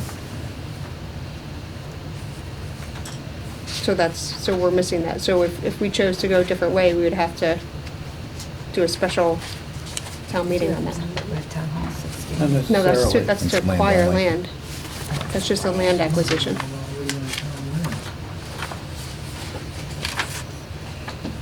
so no. Not the projects themselves. All right, so you could do, if you're gonna do something like that, Article 13 is for municipal center and senior center. Article 14 is for senior center, a municipal center, and a field. Depending on how things went, that article could be amended to just be a field. Right, but if we wanted to do 3 separate projects, if we wanted to propose 3 separate projects for people to vote on, we don't have that opportunity because we didn't put that combination in. No.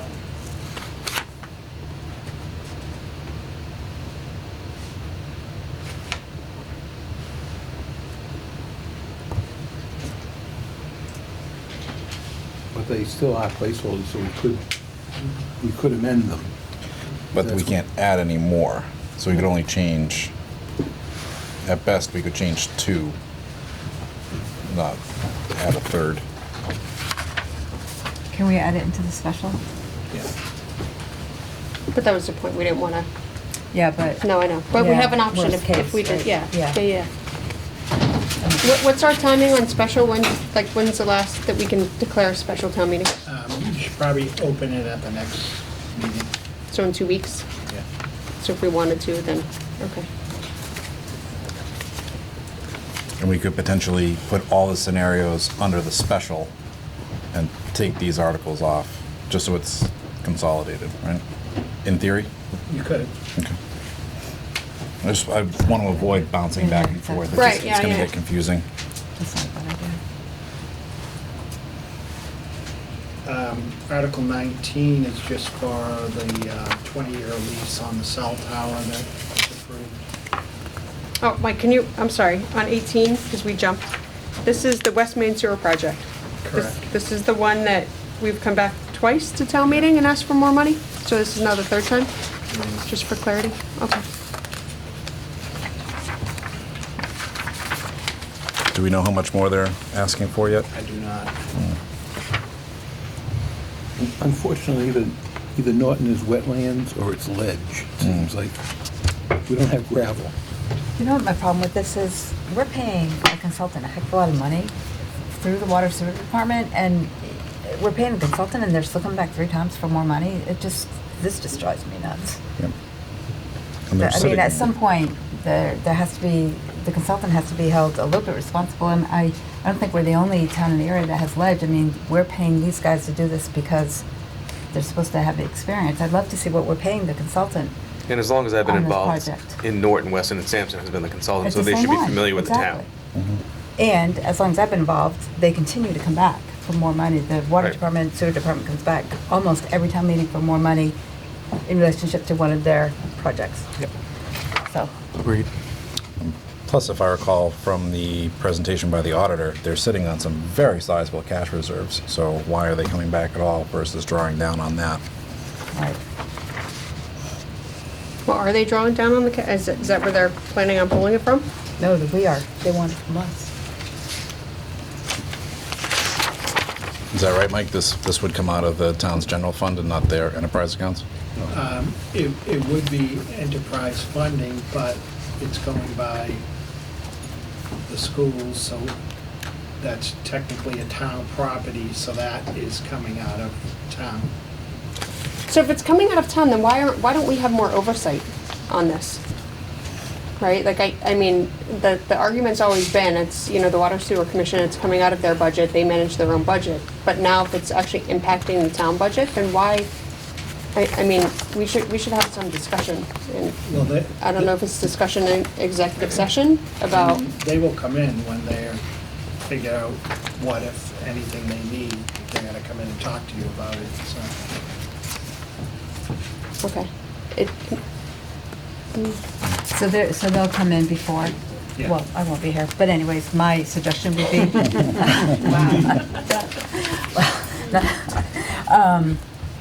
In plenty of time before, because last Before time Mary it leaves, was. yes. Well, they have one more meeting, not that I'm counting, but the last time it was right before town meeting. They were looking for more money, and that's just not acceptable anymore. We need to have you guys need to have a lengthy discussion with them. I mean, I'd just like to have a discussion with the period about their thoughts on the project overall and how we can support this not happening. I mean, and I know this goes back a while. Like this, probably the first time I talked to town meeting was on this particular, the first time they came for more money. And my question was, well, how do we know you're not going to come again? Right? And there were some assurances that they wouldn't. And then we asked those same questions the last time.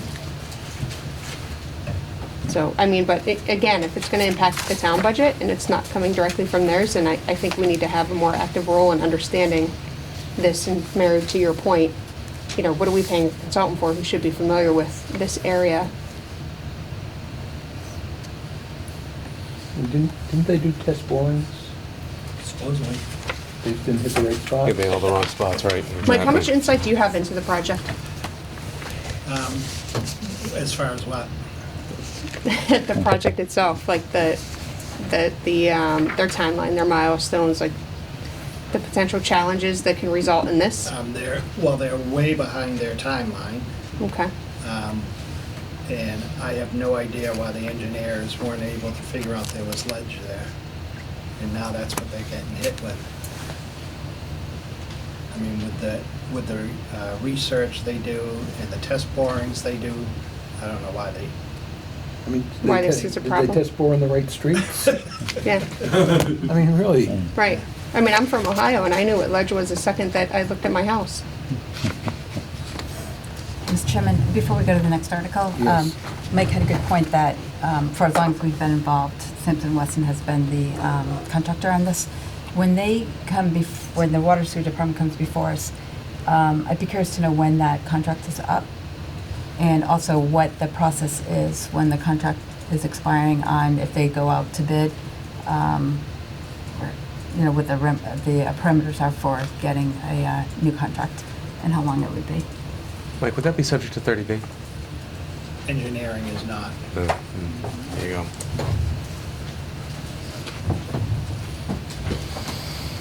That engineering definition's pretty broad, isn't it? Thank you, Mike. Article 20 would be to appropriate money to continue the watershed plan for the Chartley Pond, Norton Reservoir, and Winnicott. 21 would be removed actually once the special's called, such as to pay prior year bills, would put it on the special. Article 22 would be, this is put forward by the Community Preservation Committee, and this would be to adopt the Community Preservation Act. Then we get into 23 is a zoning article, which is the bulk of the paper. Article 24 is a zoning article. For Article 23, what's our degree of confidence that we're not going to have another zoning edit fest on the floor of town meeting? I think it's good this time because I think Carl is very up on that, and we'll be ahead of it. Excellent. And Article 25 and 26 that are do with marijuana. 25 is there and there's a placeholder.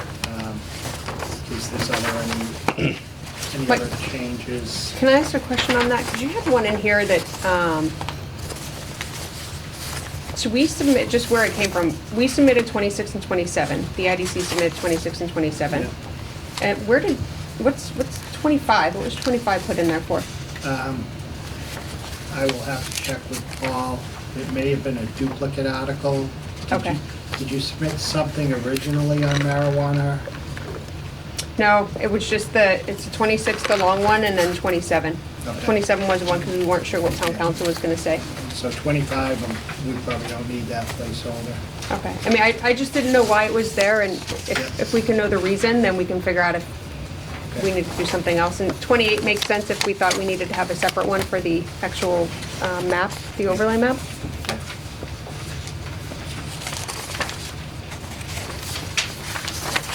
Is any of that's not in here, right? The draft language, is that in the The packet? new draft language? No. Okay.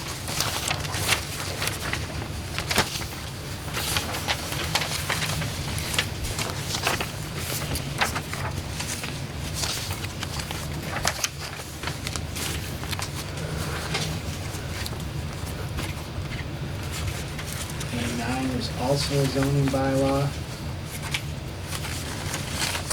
30 is there in case there's any changes needed to the personnel bylaw. 31 is OPEB. And 32 is stabilization. What is the 29 one?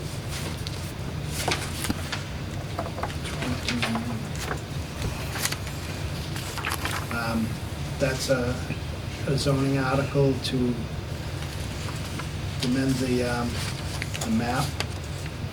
All the strike-throughs on the bottom would come out. Oh, this is, this is, right now, if you are proposing a zoning change on a piece of property, you have to go out and put a map up. This would eliminate that, so the map would just be on the town website. Paul can talk more about that. Speaking of maps, I was driving down Mansfield Ave earlier in the week, and there's still a couple of the maps from like the 2018 zoning changes that were made down there. There's like two. Okay. One is right on the corner where people park across from Emma's for the fishing, and then there's another one, I think, a bit further back towards the bank in Roach Brothers Plaza. Okay. You live by Emma, so why didn't you just take them down? I don't want to be accused of stealing a sign, so.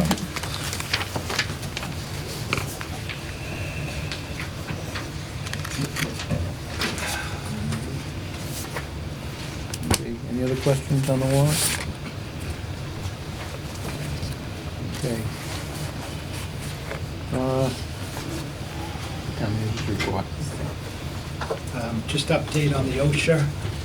Just a couple things. I didn't realize we were going to go so in depth to this last week, but and we didn't have the information here to answer some of the questions.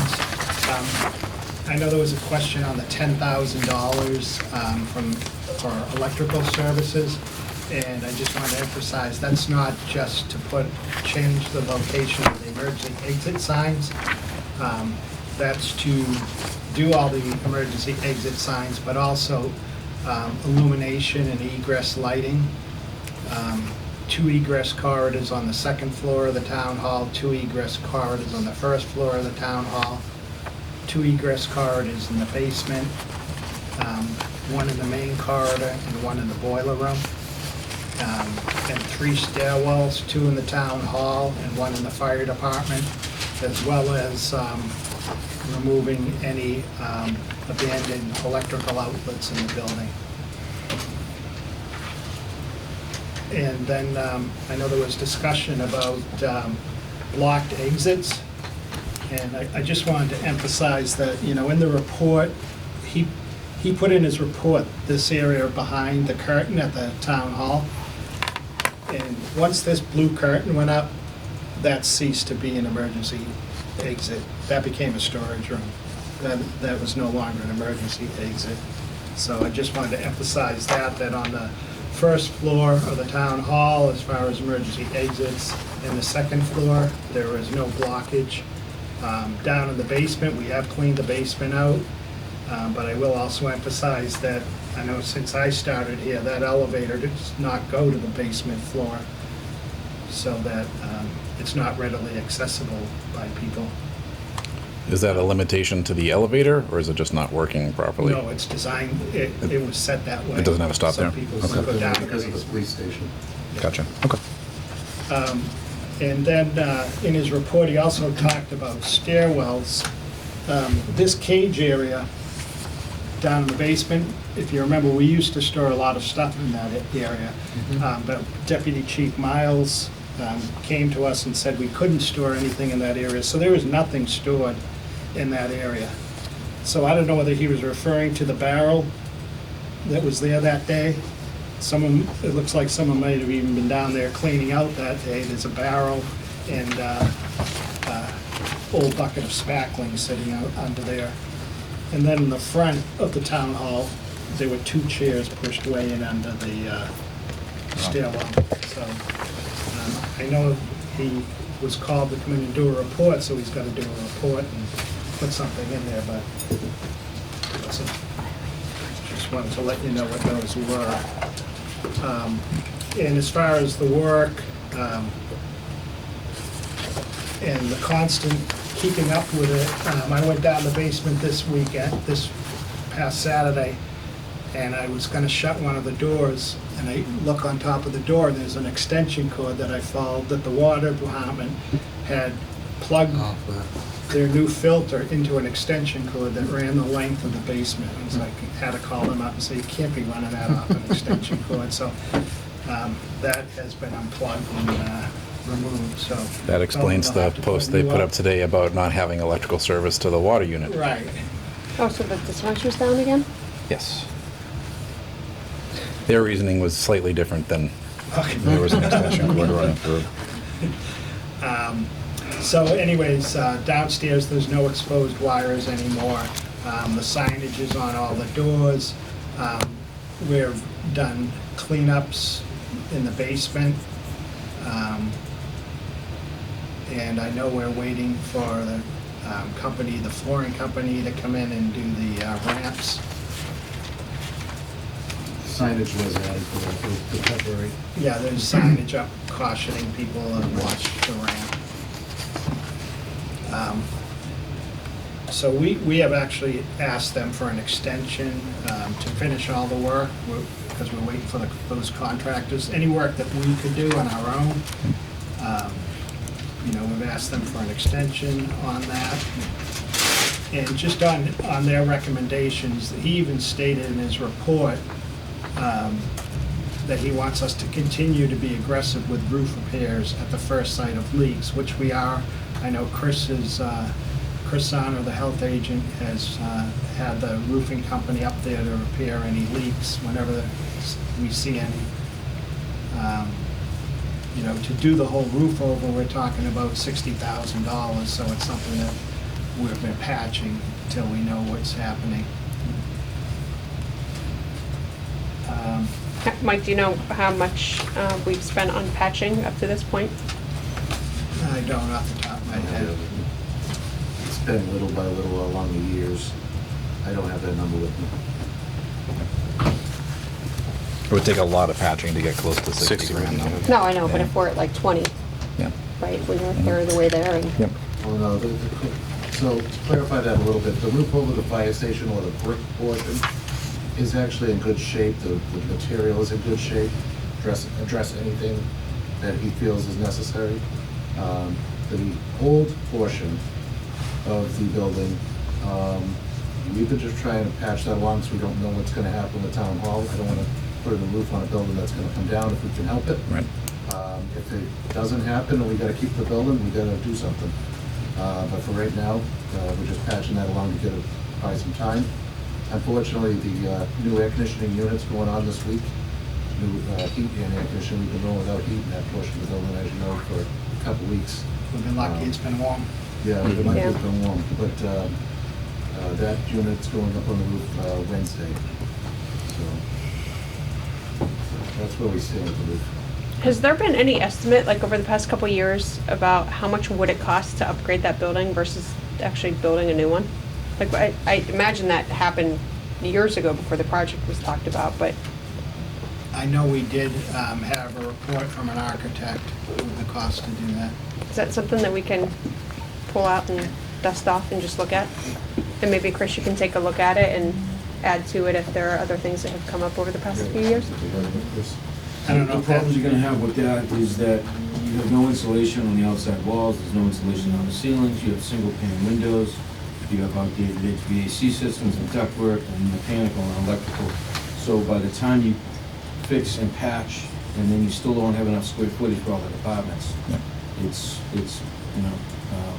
But I want to make sure everything that you said is in that list, right? That those would need to be things, because I think that would be we can get you some it's square a foot good, costs. it's a good discussion item. Yeah. And Yeah, we're working on items for repairs for the selectmen's room, and I'm meeting a roofer tomorrow to get you a number on a new roof, and walking that. So yes, we are working on cost estimates. Okay.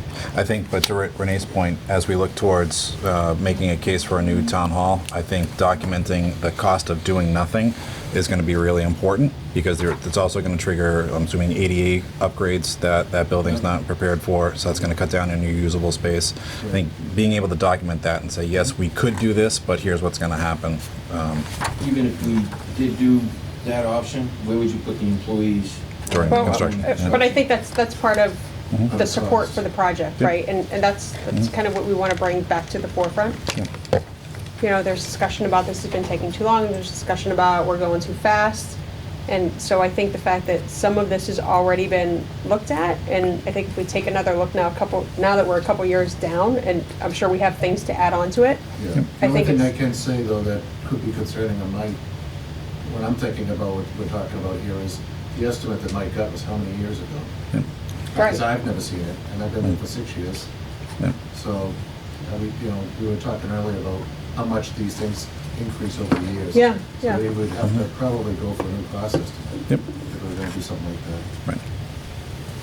You know what I mean? Yeah, I'd be willing to That's- support that, because I think it's an Yes, sir. important data point to yeah. to show. I mean, I'd like to look at what we have and when we had it from first, Mhm. to see if it's worth putting more money into, but. Yeah. One second. Yes. You don't have a plan B, I mean, let's be realistic, if this does not pass town meeting, you gotta do something with City Hall. I Mhm. mean, if it's funded out of capital or free kit, whatever it may be, you gotta do something, so, I think it is a good idea to get some contingencies in place and say, okay, we tried, the townspeople voted it down, we gotta do something, we can't leave the people in these conditions. You know, if we have to put $1 million in that building, whatever it may be, there should be a plan B. I'll make it a priority in the next couple of weeks to address Okay. the concerns that expressed tonight. Okay. And Thanks, Chris. and Chris, think about what you said about size-wise too, right? Because back to his point, if we don't have enough space right now, we need to add. So we don't have to go full-blown on identifying what that cost would be, but I think having those variables and understanding them, Yeah, that's a comparison. right, right. What's the current town hall square footage like? Is it's somewhere like 15,000, somewhere? Yeah. I think it's on some of the older presentations. I'll go back. 26,315. Don't tell me you just pulled that out of your memory. That includes the fire department. Oh, That's cheating. The basement, though, Yeah, Yeah. all 3 levels. okay. Okay. I have it somewhere. I can. And I'm surprised it's not right there. Now you've made a No, challenge. you don't have to. So, What is it? yes, I'm Peter Wiggins, your honorary mayor of Norton, and it is time that we find, it's time that, and I agree because this existing town hall is falling apart, and what Bob Kimball, the former selectman, said, we have been put the Band-Aids on for too long, and it is time that we move out of the town hall and find a place for a new town hall and a new senior center. And I remember an incident back in 1986 in which there was a gas smell in the town hall, which there was a gas leak in the town hall back in the fall of 1986, in October 86. Thank you, Peter. You're welcome. Just also, I know, I don't know if you've officially voted, but the building commissioner asked the select board to vote to close down the select board meeting room for use as a public assembly area. And his argument for that is the room occupant load exceeds its capacity on a regular basis. It's not accessible pursuant to ADA standards. Incorrect number of exits, it needs 2 and only has 1. Stairway and doors are too narrow, no exit signs, no emergency lighting. Seating area has too many chairs with inadequate aisle width between the rows. The main ingress and egress, it's a single undersized egress that creates a pinch point. Length of travel distance exceeds single egress distance of 75 feet. No handrail, and tripping hazards due to competition and improper ramp. Rear ingress and egress cannot be considered an egress for the following reasons. Obstructed due to curtain, desks, and chairs, too narrow in some areas, it lacks continuity, no handrails on stairs, unprotected in some areas from lack of sprinkler heads. Ceiling is exposed and flammable, does not meet the fire resistant rating of an egress corridor. Ceiling head height too low, corridor is not illuminated properly and also has a lack of exit signs. And egress through intervening spaces that does not provide a discernible path. You must weave through 2 floors and 4 stairwells and change directions several times before exiting the building. Chris, thank you for putting that together. Very helpful. Without saying, I'll take that as a motion. That's so moved. Second. All those in favor? Aye. Aye. Thank you, Chris. Thank you, Chris and Chris. Chris squared.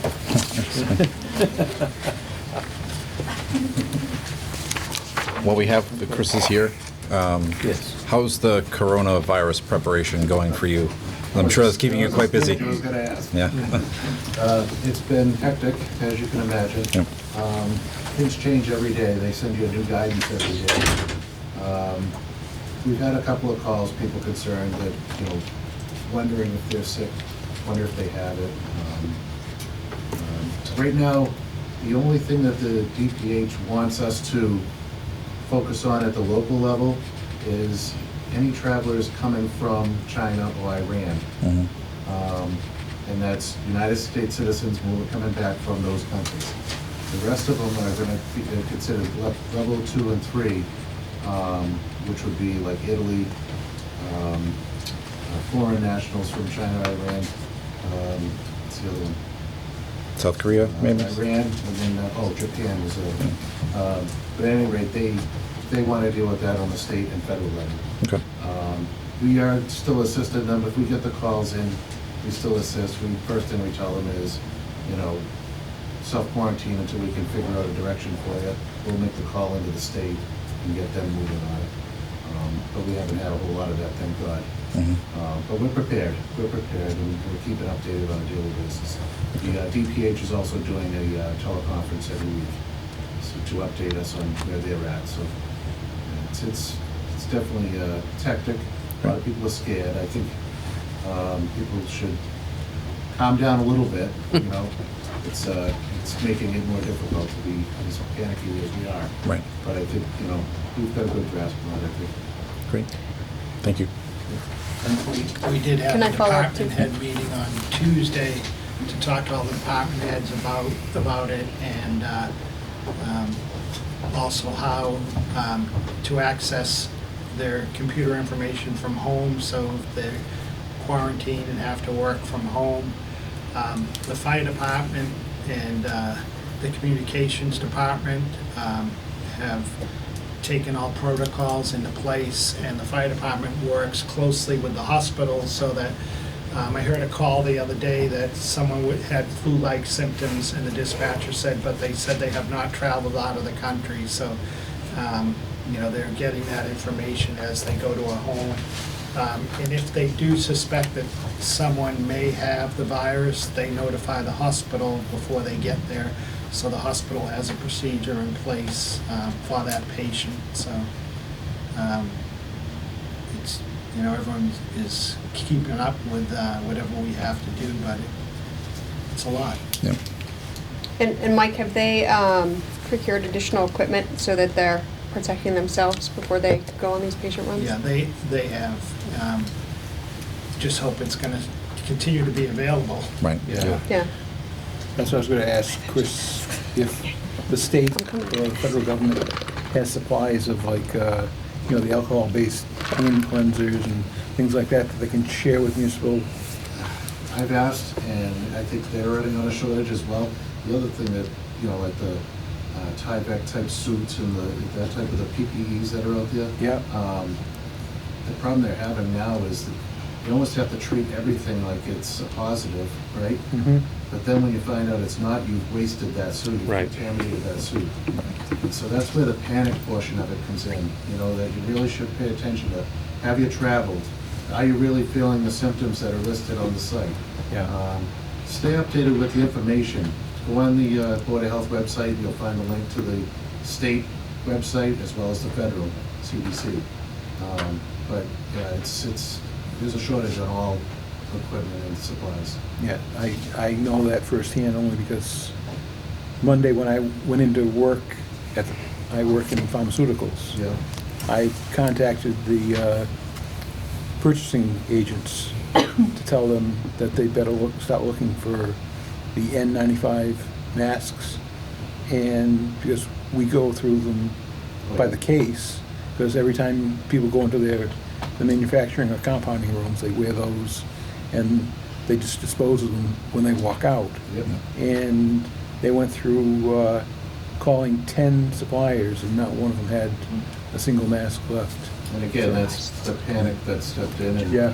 everybody, the biggest thing that people need to understand with the mask is, you don't need a mask if you're not sick. Yeah. It's not gonna stop you from getting sick, so put the mask on the people that are sick.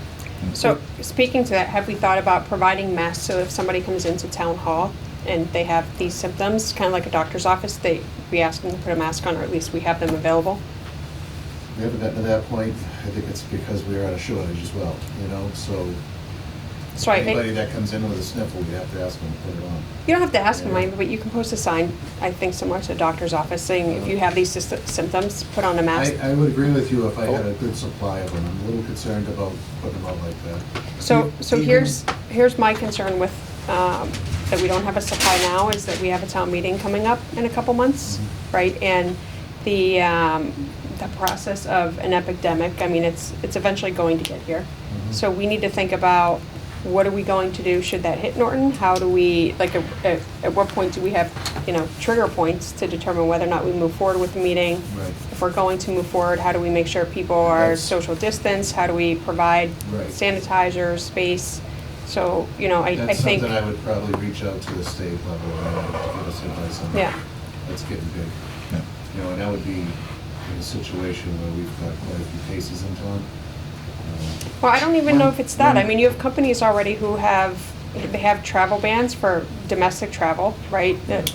Almost, a lot of them now are non-essential travel is canceled. Right. Right, like in-person meetings are getting canceled. So I think we need to, we're only 2 months away from this meeting, so I think we need to consider that. Oh, yeah, you definitely have to keep a close eye on it, that's for sure. Right. But start thinking about what would we do, if the occurrences get higher. I think if it got to that point, we would have to reconsider the meeting. Right. But if it's not, and we're on the borderline, and we can put some other mitigants in place, we should. I'm not giving you a whole lot of answers right now, is we're just concerned about being over panicky. We're on TV right now, and I think we're adding to the panic. Yeah. I think we have to be responsible in thinking about these things, right? I do this every day. I've been coronavirus for the past 3 weeks, and it's exhausting, and I get it. But again, we don't want to get to a point where we get to the meeting and we have planned nothing, even if it's just having hand sanitizer available, right? Oh, yeah. How do we protect people? That's it. Okay. And it's just like flu, right? Think of it like the flu. It is, yes. I agree. I will work on that part, but as far as the cancellation of the meeting. Right. No, I know. Yeah. It's a little soon for that. We're not canceling, we just spend an hour going through it. Okay. Is there anything we can do to support you and the work you're trying to do? I will reach out when necessary. Like I said, I'm going to start putting together different plans for assembly like that. I was actually on the way over here in St. Lucie. This isn't really set up either with any kind of hand sanitizer. You have to go to the men's room or women's room to use the sink at that point. But, so it's definitely coming up, and I may be looking for you to help me out with that. Great. Probably more on a funding issue than a... Sure. If you can find. If I can find it, that's the other guy. Yeah, after I got done checking at work, I went on Amazon, and the box of N95 masks I used to buy when I used to purchase them at work, the boxes of 20, that went for about $21 a piece. They're going for $200 on Amazon now. I'm going to beg If about they've got radio them. today and ask everybody not to buy them, not to feed into it. Don't rush, yeah. Because you're depriving healthcare workers that actually Right. need them. Our tip is when you wash your hands after you use the bathroom, sing a song, count to 20 or sing a song for 20 seconds. That is how long you have to wash your hands. I've heard wash them as good as if you were chopping jalapenos and you had to take your contacts out. Wash them very thoroughly. Who told you that one? Sorry. Yes. Renee was talking about, I'd like to thank Lucia, the town clerk, because at the elections, at every precinct, at the check-in and at the checkout desk, there was hand sanitizer and wipes. And I will tell you, the wipes never got used at my precinct, but they did get used quite a bit at other precincts. And I don't think the panic was there. I didn't hear anybody talking about it. And I don't think a quarter of the hand sanitizer was used, but she definitely probably has an overabundance of it. And I go along with the public health agents thing. I think the more you talk about it, the more people get excited about it. I say you should have a plan, but I think your plan is, if it's that bad, you cancel the meeting. I mean, that's the least expensive way for this town to do it, number one. Number two, the Department of Public Health Office of Emergency Medical Services is sending the fire department every 3 days updates of what they should do. I think if somebody walks into town hall, it would behoove, if we're looking to protect people, refer them to the fire department, because they have all the equipment right now. And that's all I've got to say. Thank you. Thanks, Jim. And Lucia did have to go out of her way. Every store she went to was out. She tried WB Mason, they had none, but she was finally able to track some down. Excellent. Okay. Selectmen's report and mail. Anyone have any? Yeah, just to Jim's point, our maiden voyage into the new middle school venue for the election, I think the town clerk did a great job pulling that together. It was in not only a new venue, but it looked like new equipment, so I think she did a terrific job. No, I did. Can we just go back? Sure. We missed one item on the agenda. Or the building expenses. Okay. Remember what you said, Mike, so you can say it again. Yeah. Just, you know, at the last meeting with the school committee, you were given this packet of information on each school. Yep. And you had asked for information on some expenses, which the school business manager had provided to you. And I just want to make sure that that's everything that you were looking for, and you don't need any more information. Can you explain this, Mike? What are you looking at first? I think I'm looking at the entire list of all the buildings, and I think, You're looking at the Excel spreadsheet that shows kilowatts and therms? yeah. Yep. That is over the last 3 years, FY 17, 18, and 19. The kilowatts and therms used in each building and the dollar amount. This is being used also for our baseline for the green communities. So if I'm reading this right, so the high school, I'm assuming the built is the initial year it's built, and then in addition, like the 2013 is the cafeteria and gym? Can you just turn what you're looking at? So the 2 years It's the same one. I'm just on the first row. So the Norton High School, the first thing there is FY 17. No, go back to the third column, built. So it says 1973 and 2013. Is Right. that originally built and then an addition? Right. Okay. And then the fiscal years, usage, cost. So if I'm reading this right, the therms, is that the heat? Is that what we're paying for? Yeah, it's your for heat? gas. Yeah. Gas? Yeah, that is heat, right? Mhm. Or it could be cafeteria too? Mhm. So on this particular one, it's 46,000, and then it goes to 66,000 next year, up to 70,000. Okay. So it's like a $20,000 jump. And then, so this is electric and gas. What other expenses are typically rolled into operational costs? Electric, gas, water and sewer. Is that on here too? I'll have to see if that's in the new information that we got this week. the packet with the email.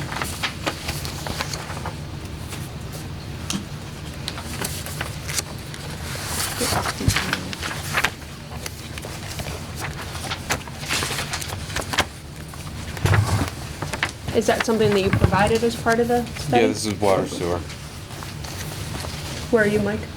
So this, the email from Matthew Wells, to Mike Units, that's the front page, and then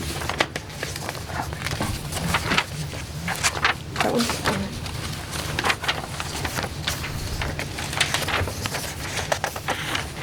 that may just be on, it's been on schools. After the front page, the first page is Town of Norton Water, and we showing the LG North, the Salmonies, the Yell. And then where are the municipal buildings?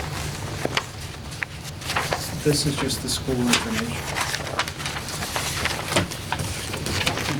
So is it, can you have somebody put this together so that we can see it in all one view? And then for all the buildings that are listed on this initial one? Okay. And then and then a total column so we can see like expenses for each building year over year? And then can I ask too, what is water tank and center water tank on the second page? Cottage water tank, I mean, are these the actual like standing? Cottage water tank is the water tank on Cottage Street. The center water tank is the water tank on West Main Street, 63 West Main.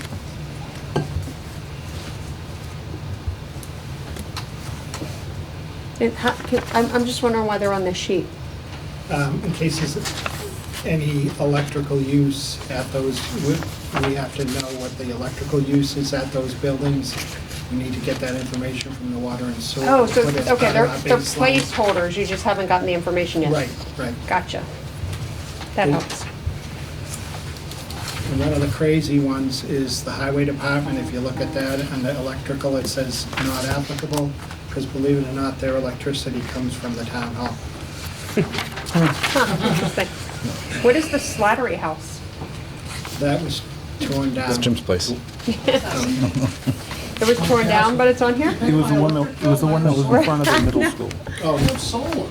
The Slattery House, that's where water and sewer is now. Yeah, I thought that don't know why was- they listed Oh, it okay, as that's Slattery. right. The Campbell House. That's right. Cranberry bogs. Okay. When So is you- the? sorry. No, go ahead. I was gonna- when do we expect the rest of this information to be filled out? It's gonna take a while, but I'll see when water and sewer will get us all that information and get that on there. Have we talked to the article petitioner at all? If what's been provided is meeting the expectations they had when I they? have not. I can, if you'd like, give this information. Okay, is that? I thought Mary had asked for like a packet to be prepared that we could review tonight? Yes? Did you ask that question? I kind of zoned out for a minute. Sorry. No. What was it? Did you ask for a And this is packet? like, this is like vacation artists, huh? Just gonna get fired tonight. I mean, I don't see how. That you had asked, I thought you asked Mike to prepare a packet that we could review for the petitioner to send back on the, That's what this is. I mean, I okay, don't see is that's what this is? both of these things, Okay. what we got the other night and what we got as far as utilities and of each building, see what else we could provide. Right, yeah. Okay, so can you just for ease too, before that's sent, can we bring in the water costs? And can you, like, onto the same page and then a totals column so we can see what the expenses are? Okay, if I may, Dinesh, before you sneak out, can I ask you a question? Sure. Just refresh and hold me in memory. In the budget, under principal costs, or salaries, and it's got each school, that's the assistant principal and the I principal. don't know what you're looking at. Okay, I have a budget from, that Matt sent. Is this private tuition? Hey, Is this the same thing as? I assume so.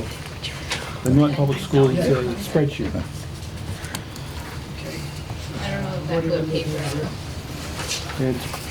It's line, trying to think, probably 218.1 is the end of it. How many pages? Denez, there's more light if you want to come over here. 1, 2. I won't bite. I think it's the principal and assistant principal's salaries. It's just that I had emailed Matt and he hasn't been able to get back to me yet. Okay, And where are we? Keep going. It's like the third It's, piece of right, paper. right in there, yeah. Third page numbers on that part. Oh, page 2, I'm sorry. Okay, page 2. I had my thumb over it. No wonder I couldn't see it. Okay. Yeah, so right after superintendent's office, or supervisors, there's the principal salaries, LG, JCS, A, middle school and high school. Yeah. I assume, if I remember right, those are the assistant or vice principal and the principal salaries. Combined. Right. Let's see. I'm just looking at the numbers. And I would hope It's gotta be, Mhm. yeah. Yeah. So it's gotta be, because I can tell you right now, looking at the JCS and the LG, there's no way there would be that much of a discrepancy. And we do have a vice principal at JCS, we do not have one at the LG. I thought so, and that's what I said to Matt, but I just, like I said, I'm an old man and you have to Yeah, give I him can say my with memory. 99.9% surety that that's gotta be the case. Okay, thank you. That's it? Wow, Yeah. you took it for nothing. No, it's just I That's wanted. not enough. I think it did though, that's a good. I told you I wouldn't bite now. I reserved to do it later. Reserve the right, all right. While you have your stuff, you have a manila folder, I'm assuming, What's you have your manila folder for a reason. Yeah, well, if you guys had wanted me to talk about the athletic complex, I would be very interested to hear about I don't know if now's the appropriate time to go through and just invite Dinesh to share, because I think you guys. If you want to give us a relatively brief. I will keep it quick, yeah, trust me, at this time of the night, I want to be out here too. so. Exactly. It's not that late, is it? Yeah, That's for still old early. men like me. Jen, I got evil eye from Jen. So,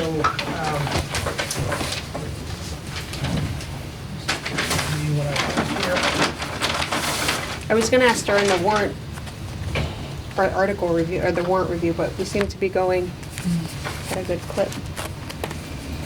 So I'll give you this. I don't have something for the audience. I'm sorry. There's something on the back here, Dennis, I think you might want, is that? Nope, it's part of this? It's part Okay. of what you have.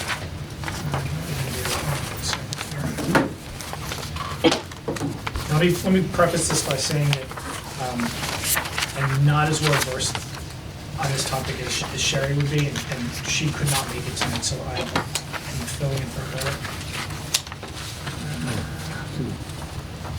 I apologize for not having one for the audience, but anybody who opens up their AirDrop, I'll try and AirDrop it to you if you can. Okay, so, I'm impressed by that, by the way, what's that? the airdrop. I love my kids, so don't be impressed, trust me. Okay, very briefly, this is the option that the school committee decided on. I'll start with the cost and I'll go through what it entails. You have this sheet right here. This is a breakdown of what we decided to put into the athletic complex and the total cost. 8-lane track and synthetic turf field, synthetic turf MPR, which is a multi-purpose field, softball, baseball construction, synthetic turf, multi-purpose pit field construction, and then tennis courts. If you look at your picture, starting on the left side,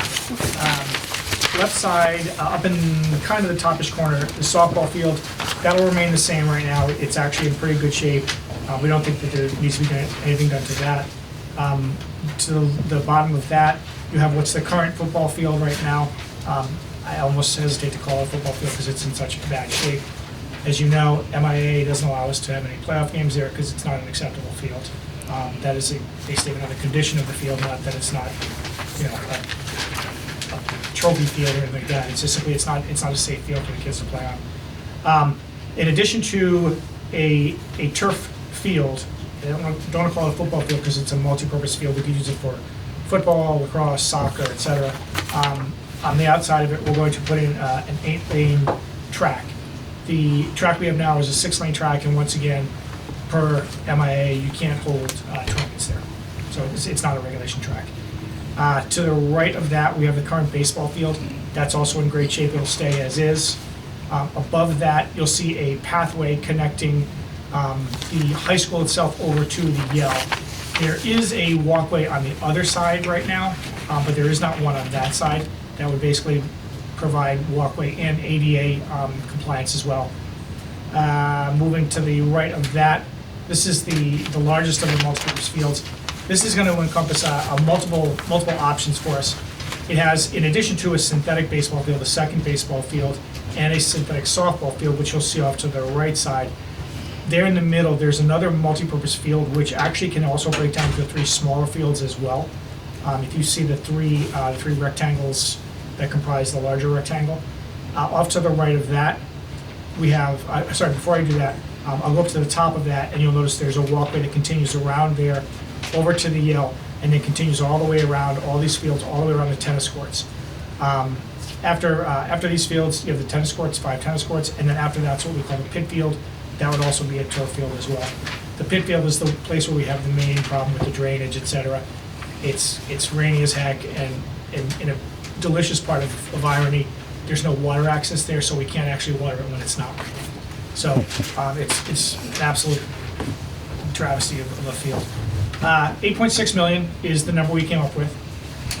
It's, we believe, an extremely conservative number. We have confidence that we'll come in under that.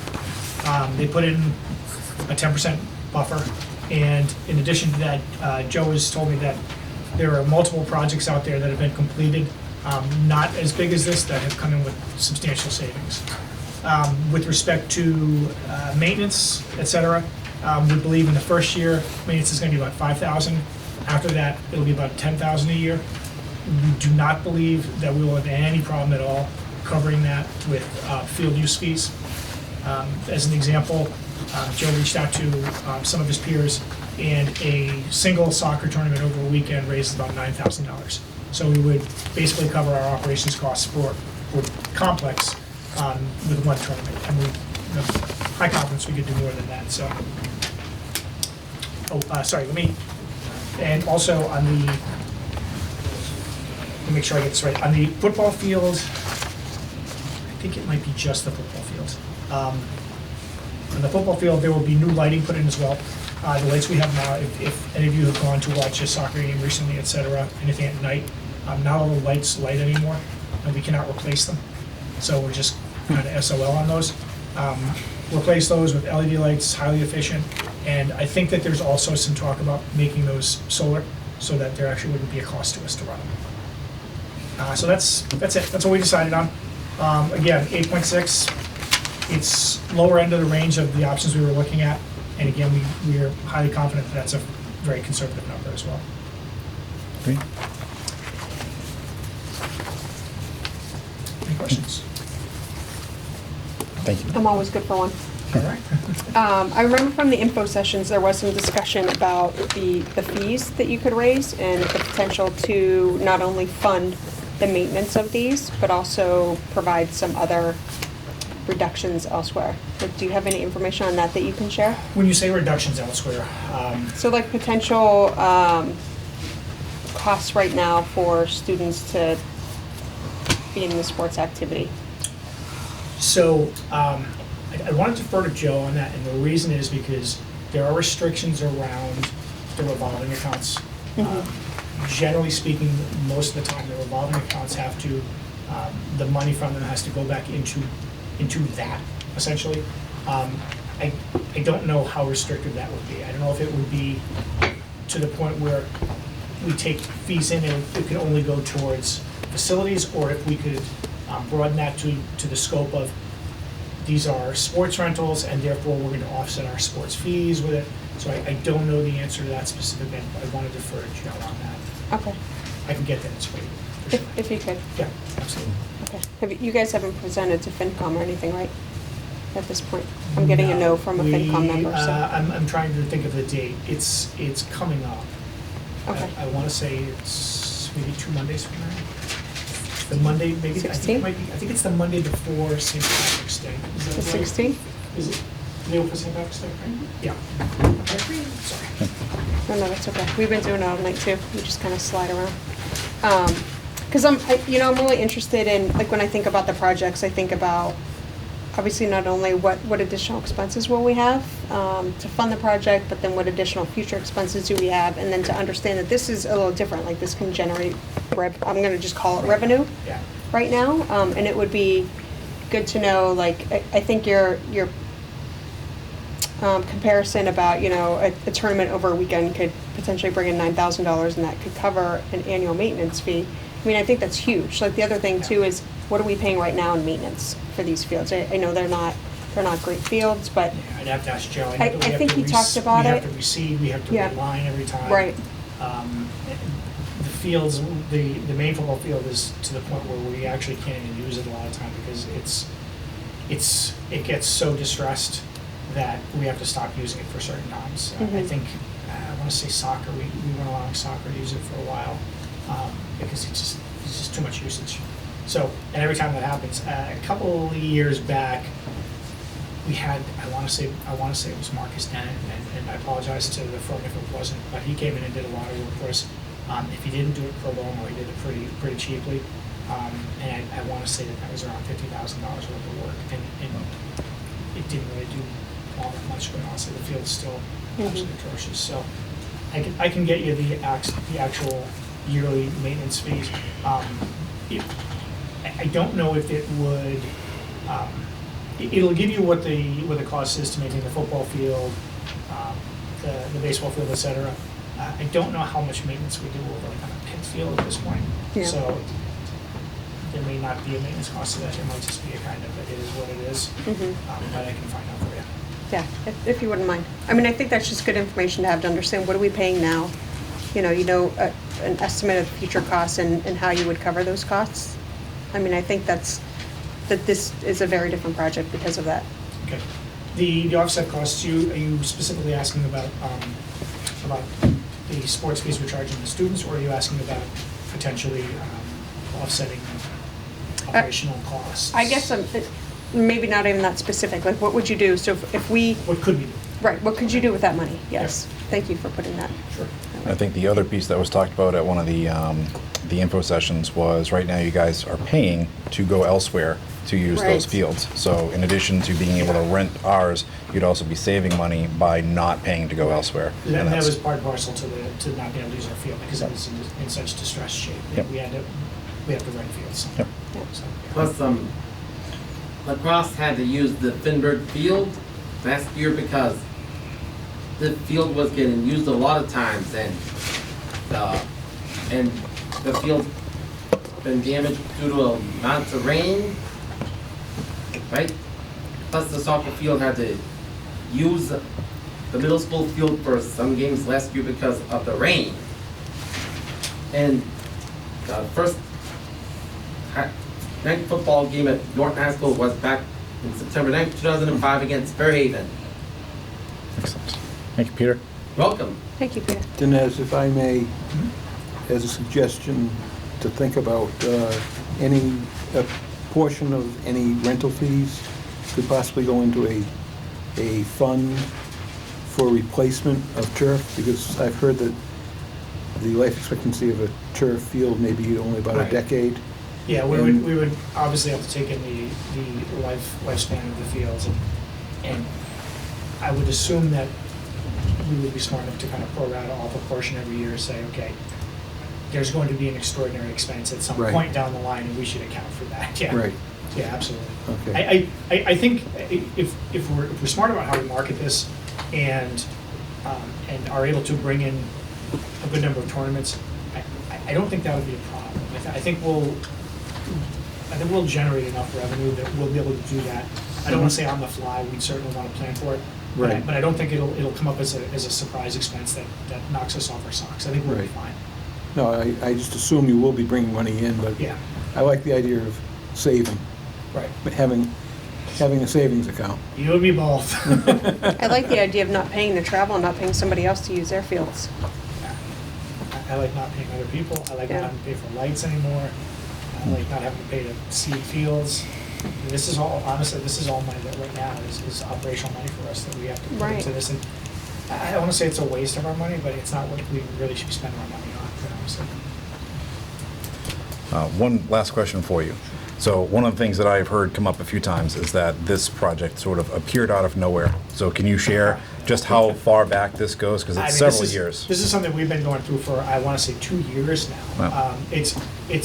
It's only appearing out of nowhere to people who haven't been paying attention, quite honestly. And that's okay. I mean, it's not, there's not a knock against people who haven't been paying close attention to schools. But that appear out of nowhere is simply not true. Right. We've been going through this for a while. I don't recall the date, Mike might be able to recall it, but we actually set money aside to do the study to see what this would cost Yep. well over a year ago at this point. But in defense of what those people are saying, last year, the only talk that I heard, and this was in the springtime when the money was being appropriated for the study, that we were talking about a turf field. Because I remember talking to Sherry at the time and said, with turf field, you could just throw that in with the Town Hall Senior Center project. Never did I envision a project of this size. Okay, that's fair. You can not like the magnitude of it, but I think the question is this a surprise? No, it's not a surprise. Well, the we did size is a surprise. People were expecting a turf football field and track. Okay, I would encourage people to watch school committee meetings. Everybody, townsfolk, town manager, everybody, and listen to things when we talk about them. Because, you know, honestly, there's not a good way for us to talk about these things and then, you know, stand on the top of the water tower and shout to the town, hey, guys, we've been talking about this.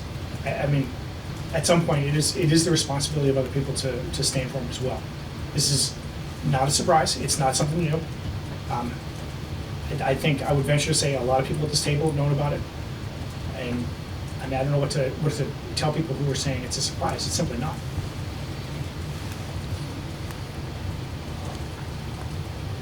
Do you have information now on the website on this? I believe we do, yeah. I'd have to confirm with Joe, but I'm sure we do, and if we don't, we'll have it tomorrow. And can we, like, put an alert on the town page? Will you be presenting to the building committee? Because it seemed like a big surprise to them last week, or earlier this week. The We're permanent building surprised that committee? we had an athletic complex. Yes. The permanent building committee? The permanent building committee, it got brought up at the permanent building committee. They were wondering why there was an article on the warrant, because they hadn't seen anything. I think that was more, and Jim's here, so he can correct me if I'm wrong. I think it was a point of order of where that article should have originated from. Because I can attest that Sherry has presented, this is option G. I think she's gone through options A through I in that meeting, dating back till Yeah, I know this July. this athletic complex certainly is a surprise to them. The warrant articles might be, because I think originally when we discussed this, the idea was we would present together, and then it became, well, we'll present together, and then potentially in different facets, and I think you talked about it earlier tonight, where there would be multiple iterations of it.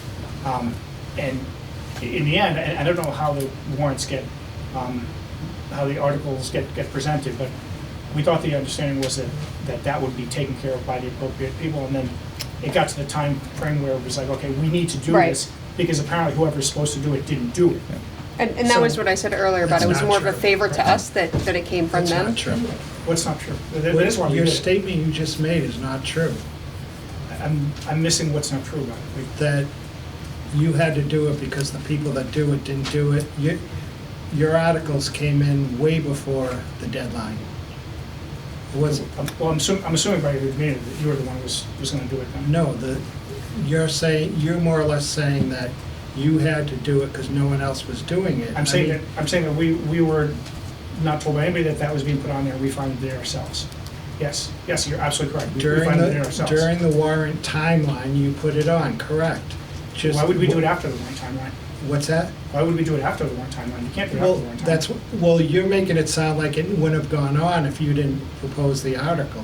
Would it? It probably would have. Probably?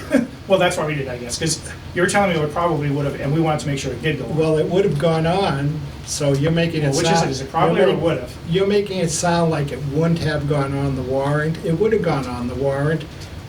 the building committee would have come forward and said, we've got a field project, would have gone on the warrant, but you put an article in plenty of time, so there was no reason for us to put it on the warrant. But Mike, I think theirs was submitted the day before, It but. was the day before. But when Dinah presented to us last, we asked about the athletic complex, and she said she was waiting for the school committee to vote, and it was then when we discussed about, let's make sure that we have all these iterations on the town meeting warrant, right? So, my expectation was that we would have accounted for that in the, again, all three together, all three separate, whatever iteration that we wanted to do, that was my expectation. So when I didn't see it, obviously I was concerned as well. Well, when we receive an article from an elected committee, we put that article on the warrant. The article was from the school committee, so we put it on the warrant. Right. If it hadn't come, then we would have put an article there. So you were waiting for the last day? We don't develop the warrant until it closes the last day. Okay. We felt the day before the last day was the right time to do it. I don't know what to tell you on that, Mike. Right, and if you hadn't done it, then the article would have been there from us. Okay, I think we didn't have high confidence in that. Okay. Well, it's on there, so we got it on. Right. That was. And if we need to tweak, we'll do it as part of special town meeting. Yep. But, yeah, I remember talking to her when she was with us last time. And you guys just voted on this? The school committee just voted on it? Yep. Okay.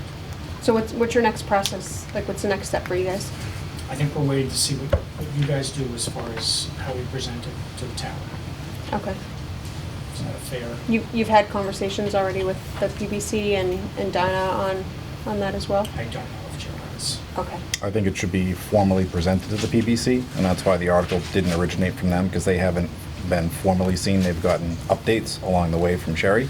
But I think, Jim, you're waiting for that formal, finalized presentation, which would come after you guys voted, which was just last night. So it's a progression. Okay, so we'll present to them, and then we're going to be waiting to see how you guys want the articles to be presented. Okay. Any other questions? Thank you so much. Yeah, thank you. Is any of that bigger packet for us? So, actually, originally, I think there was a miscommunication when this was getting forwarded to me, and I kind of inherited this last minute, and so I was at work, and they said, okay, well, let's get them this and get them this, and then there was, I think, get him the budget, the breakdown of the budget. The breakdown of the budget, I think, was supposed to be the breakdown of this budget.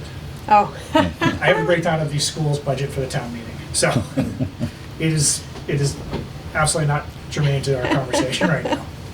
So, all right, well, thank you very much for having me. I appreciate it. Thanks so much. Appreciate it.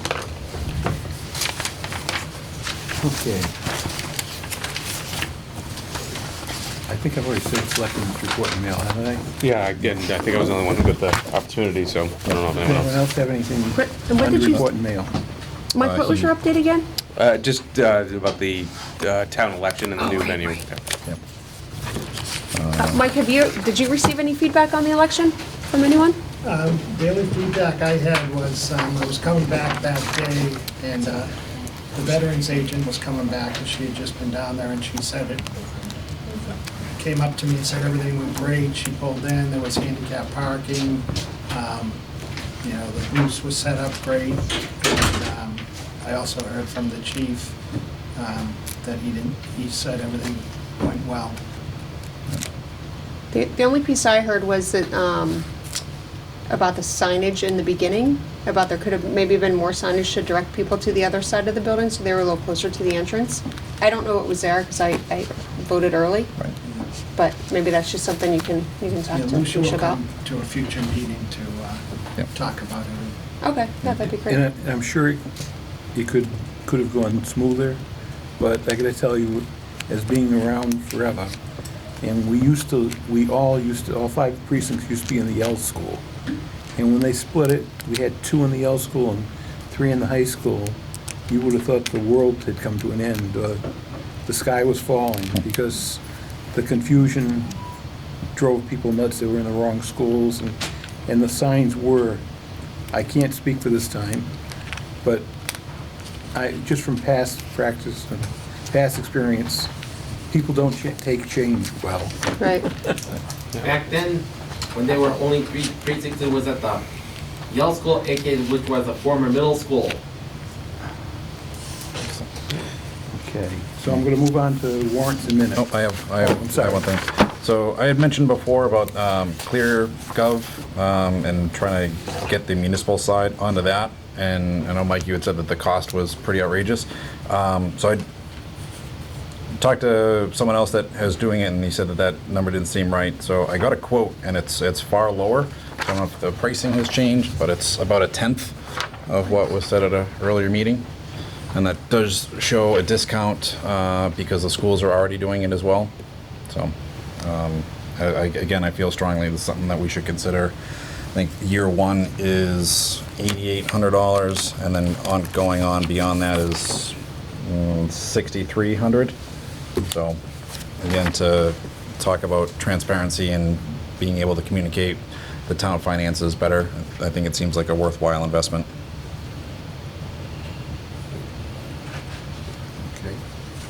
Can we see that added into this upcoming budget?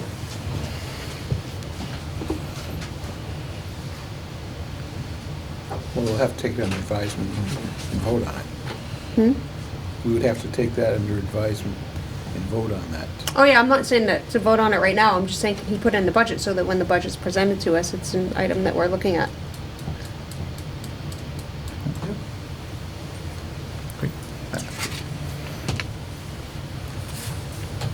Is there anyone else that I'm going to cut off? I'm good. You don't want to talk about the Oh, yeah. tomorrow? Just a reminder, tomorrow is the Kathy Bailey basketball game starting at, help me out, was it 7? 7. And are they selling tickets at the door? Yes. Okay, tickets at the door. You could fill in, Bonnie. Thanks. You got it all? Okay, we all set? I'm good. Okay, I don't want to cut anybody else off. Okay, under warrants and minutes, I'd like to report payroll warrant PR 2018 for the week ended February 22nd, 2020. Warrant dated February 27th, 2020, in the amount of $1,388,492.25. Invoice warrant AP 20-35 dated February 27th, 2020, in the amount of $1,522. No, $1,522,818.77. And invoice warrant AP 20-36 dated March 5th, 2020, in the amount of $1,031,994.66. We have minutes to approve. Is everyone comfortable with the minutes that are listed here? I would like to go forward with approving October 3rd. Okay, Chair will entertain a motion to approve the October 3rd, 2019 minutes as written. So moved. Second? All those in favor? Aye. Aye. Are there any others that people are? I can't remember right now. Can we Okay, we'll hold look off at those on. next time? We'll hold off on. At least we're getting 2 months majors. closer. Okay. Can I ask too, there's before you asked to adjourn, we had this in our packet for the Norton landfall solar. I didn't know what this was. Landfill solar. Matt asked me to provide you with the costs that are paid to this solar, because we purchase energy from the solar company too, and that's what that is. Oh, so this is in addition to the expenses? Can,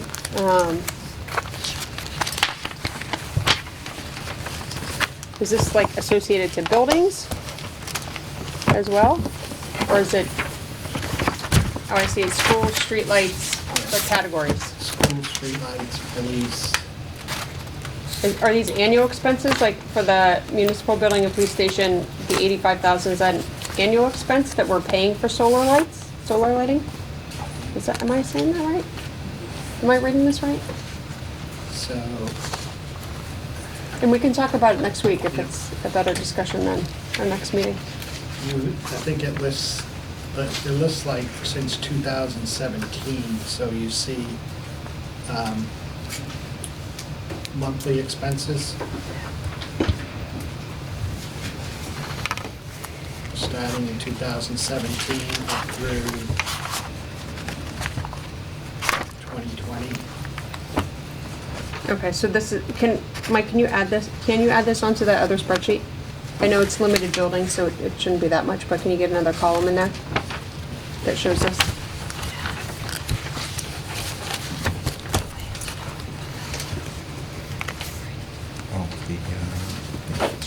Anything else?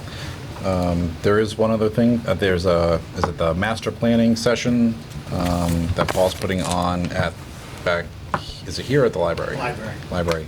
Saturday morning at 9. Thank you, Mary. And Saturday at 1:30 p.m. at Taunton High School. Come cheer on your Norton Lancers Boys Varsity Basketball Area. I'm going to be in the South Final against the Burke Bulldogs. Saturday at 1:30 p.m. in Taunton High School. So Norton residents, come to cheer on your purple and white as they are looking to make a appearance in the state semis for the first time since 1989. Go Lancers! Go Lancers. All right. If there's nothing else to come before the board, Chair will entertain a motion to adjourn. Can we talk about next meeting before we go? Because I think it would fall on the 19th. We have the PBC back and potentially voting. I respectfully ask if we could move that to the 18th, because I can't be here that Thursday. Don't know if that's feasible for everybody. You emailed that, didn't you? Yeah. I can do Wednesday. Yeah, I don't want to miss that vote. It's a good, if it does happen, it's very important. I want to make sure that I'm here for that. I have no issues with that. Oh, I can't. You can't do the Wednesday? That's fine. I'm gonna be back in time. We get that. What? To you, If we can check the availability of meeting rooms, we can Is get everyone back to us. Where do you prefer to meet, here or the library? The only thing is, the thing with here, even though I like the library, is this is live. I would agree. Until they get the library online. I would agree with that. I would agree too. You might still have a soundtrack though, depending on which classes are going on. Maybe we can go in the other Yeah. room though, right? Because you might not hear it over there. That might, I know the lighting's a little different, but maybe we could move over there or get up and dance. What's the deadline for that vote? Because I can't do that Wednesday. I'm out of town Tuesday or Wednesday. I don't believe there was a hard deadline. I think that was just something that the PBC and I had talked about, is to try to keep momentum going towards ultimately a goal of hopefully getting it on the Springtown meeting. Can we push to the 26th then, potentially? Be fine with me. Oh, I'd have to. Because I would hate for Mary to miss her last meeting. No, let's create another one for her. I'm kind of excited. You thought you were out, Mary, but I get one more. Well, and then next week, right? So the 11th is the big presentation from the planning board. So, I mean, that's a good one if we can get to that, so we save them from having to do that twice. And that's here. See, Mary, how many more can we get in for you? Yeah, the 26th would be fine for me. 26 is fine for me too. I don't know what's happening tomorrow. Okay. I won't be here. When's the next? You won't be here, Mike, for the 26th? So when's the I next? don't have to select be board at meeting? Mary's last meeting. So Mike, when's the next select board meeting? We don't know We don't yet. know yet. We don't know. We'll post it. We'll figure it out. Yep. We're looking at the 11th and then the 26th, and we'll, Motion to adjourn? Sounds good. So moved. no, I don't think we did. Do I have a second then? I made the motion, but I'll second it then. Yeah. Jack, Second. flip-flop. Yes. Aye. Aye. Adjourn.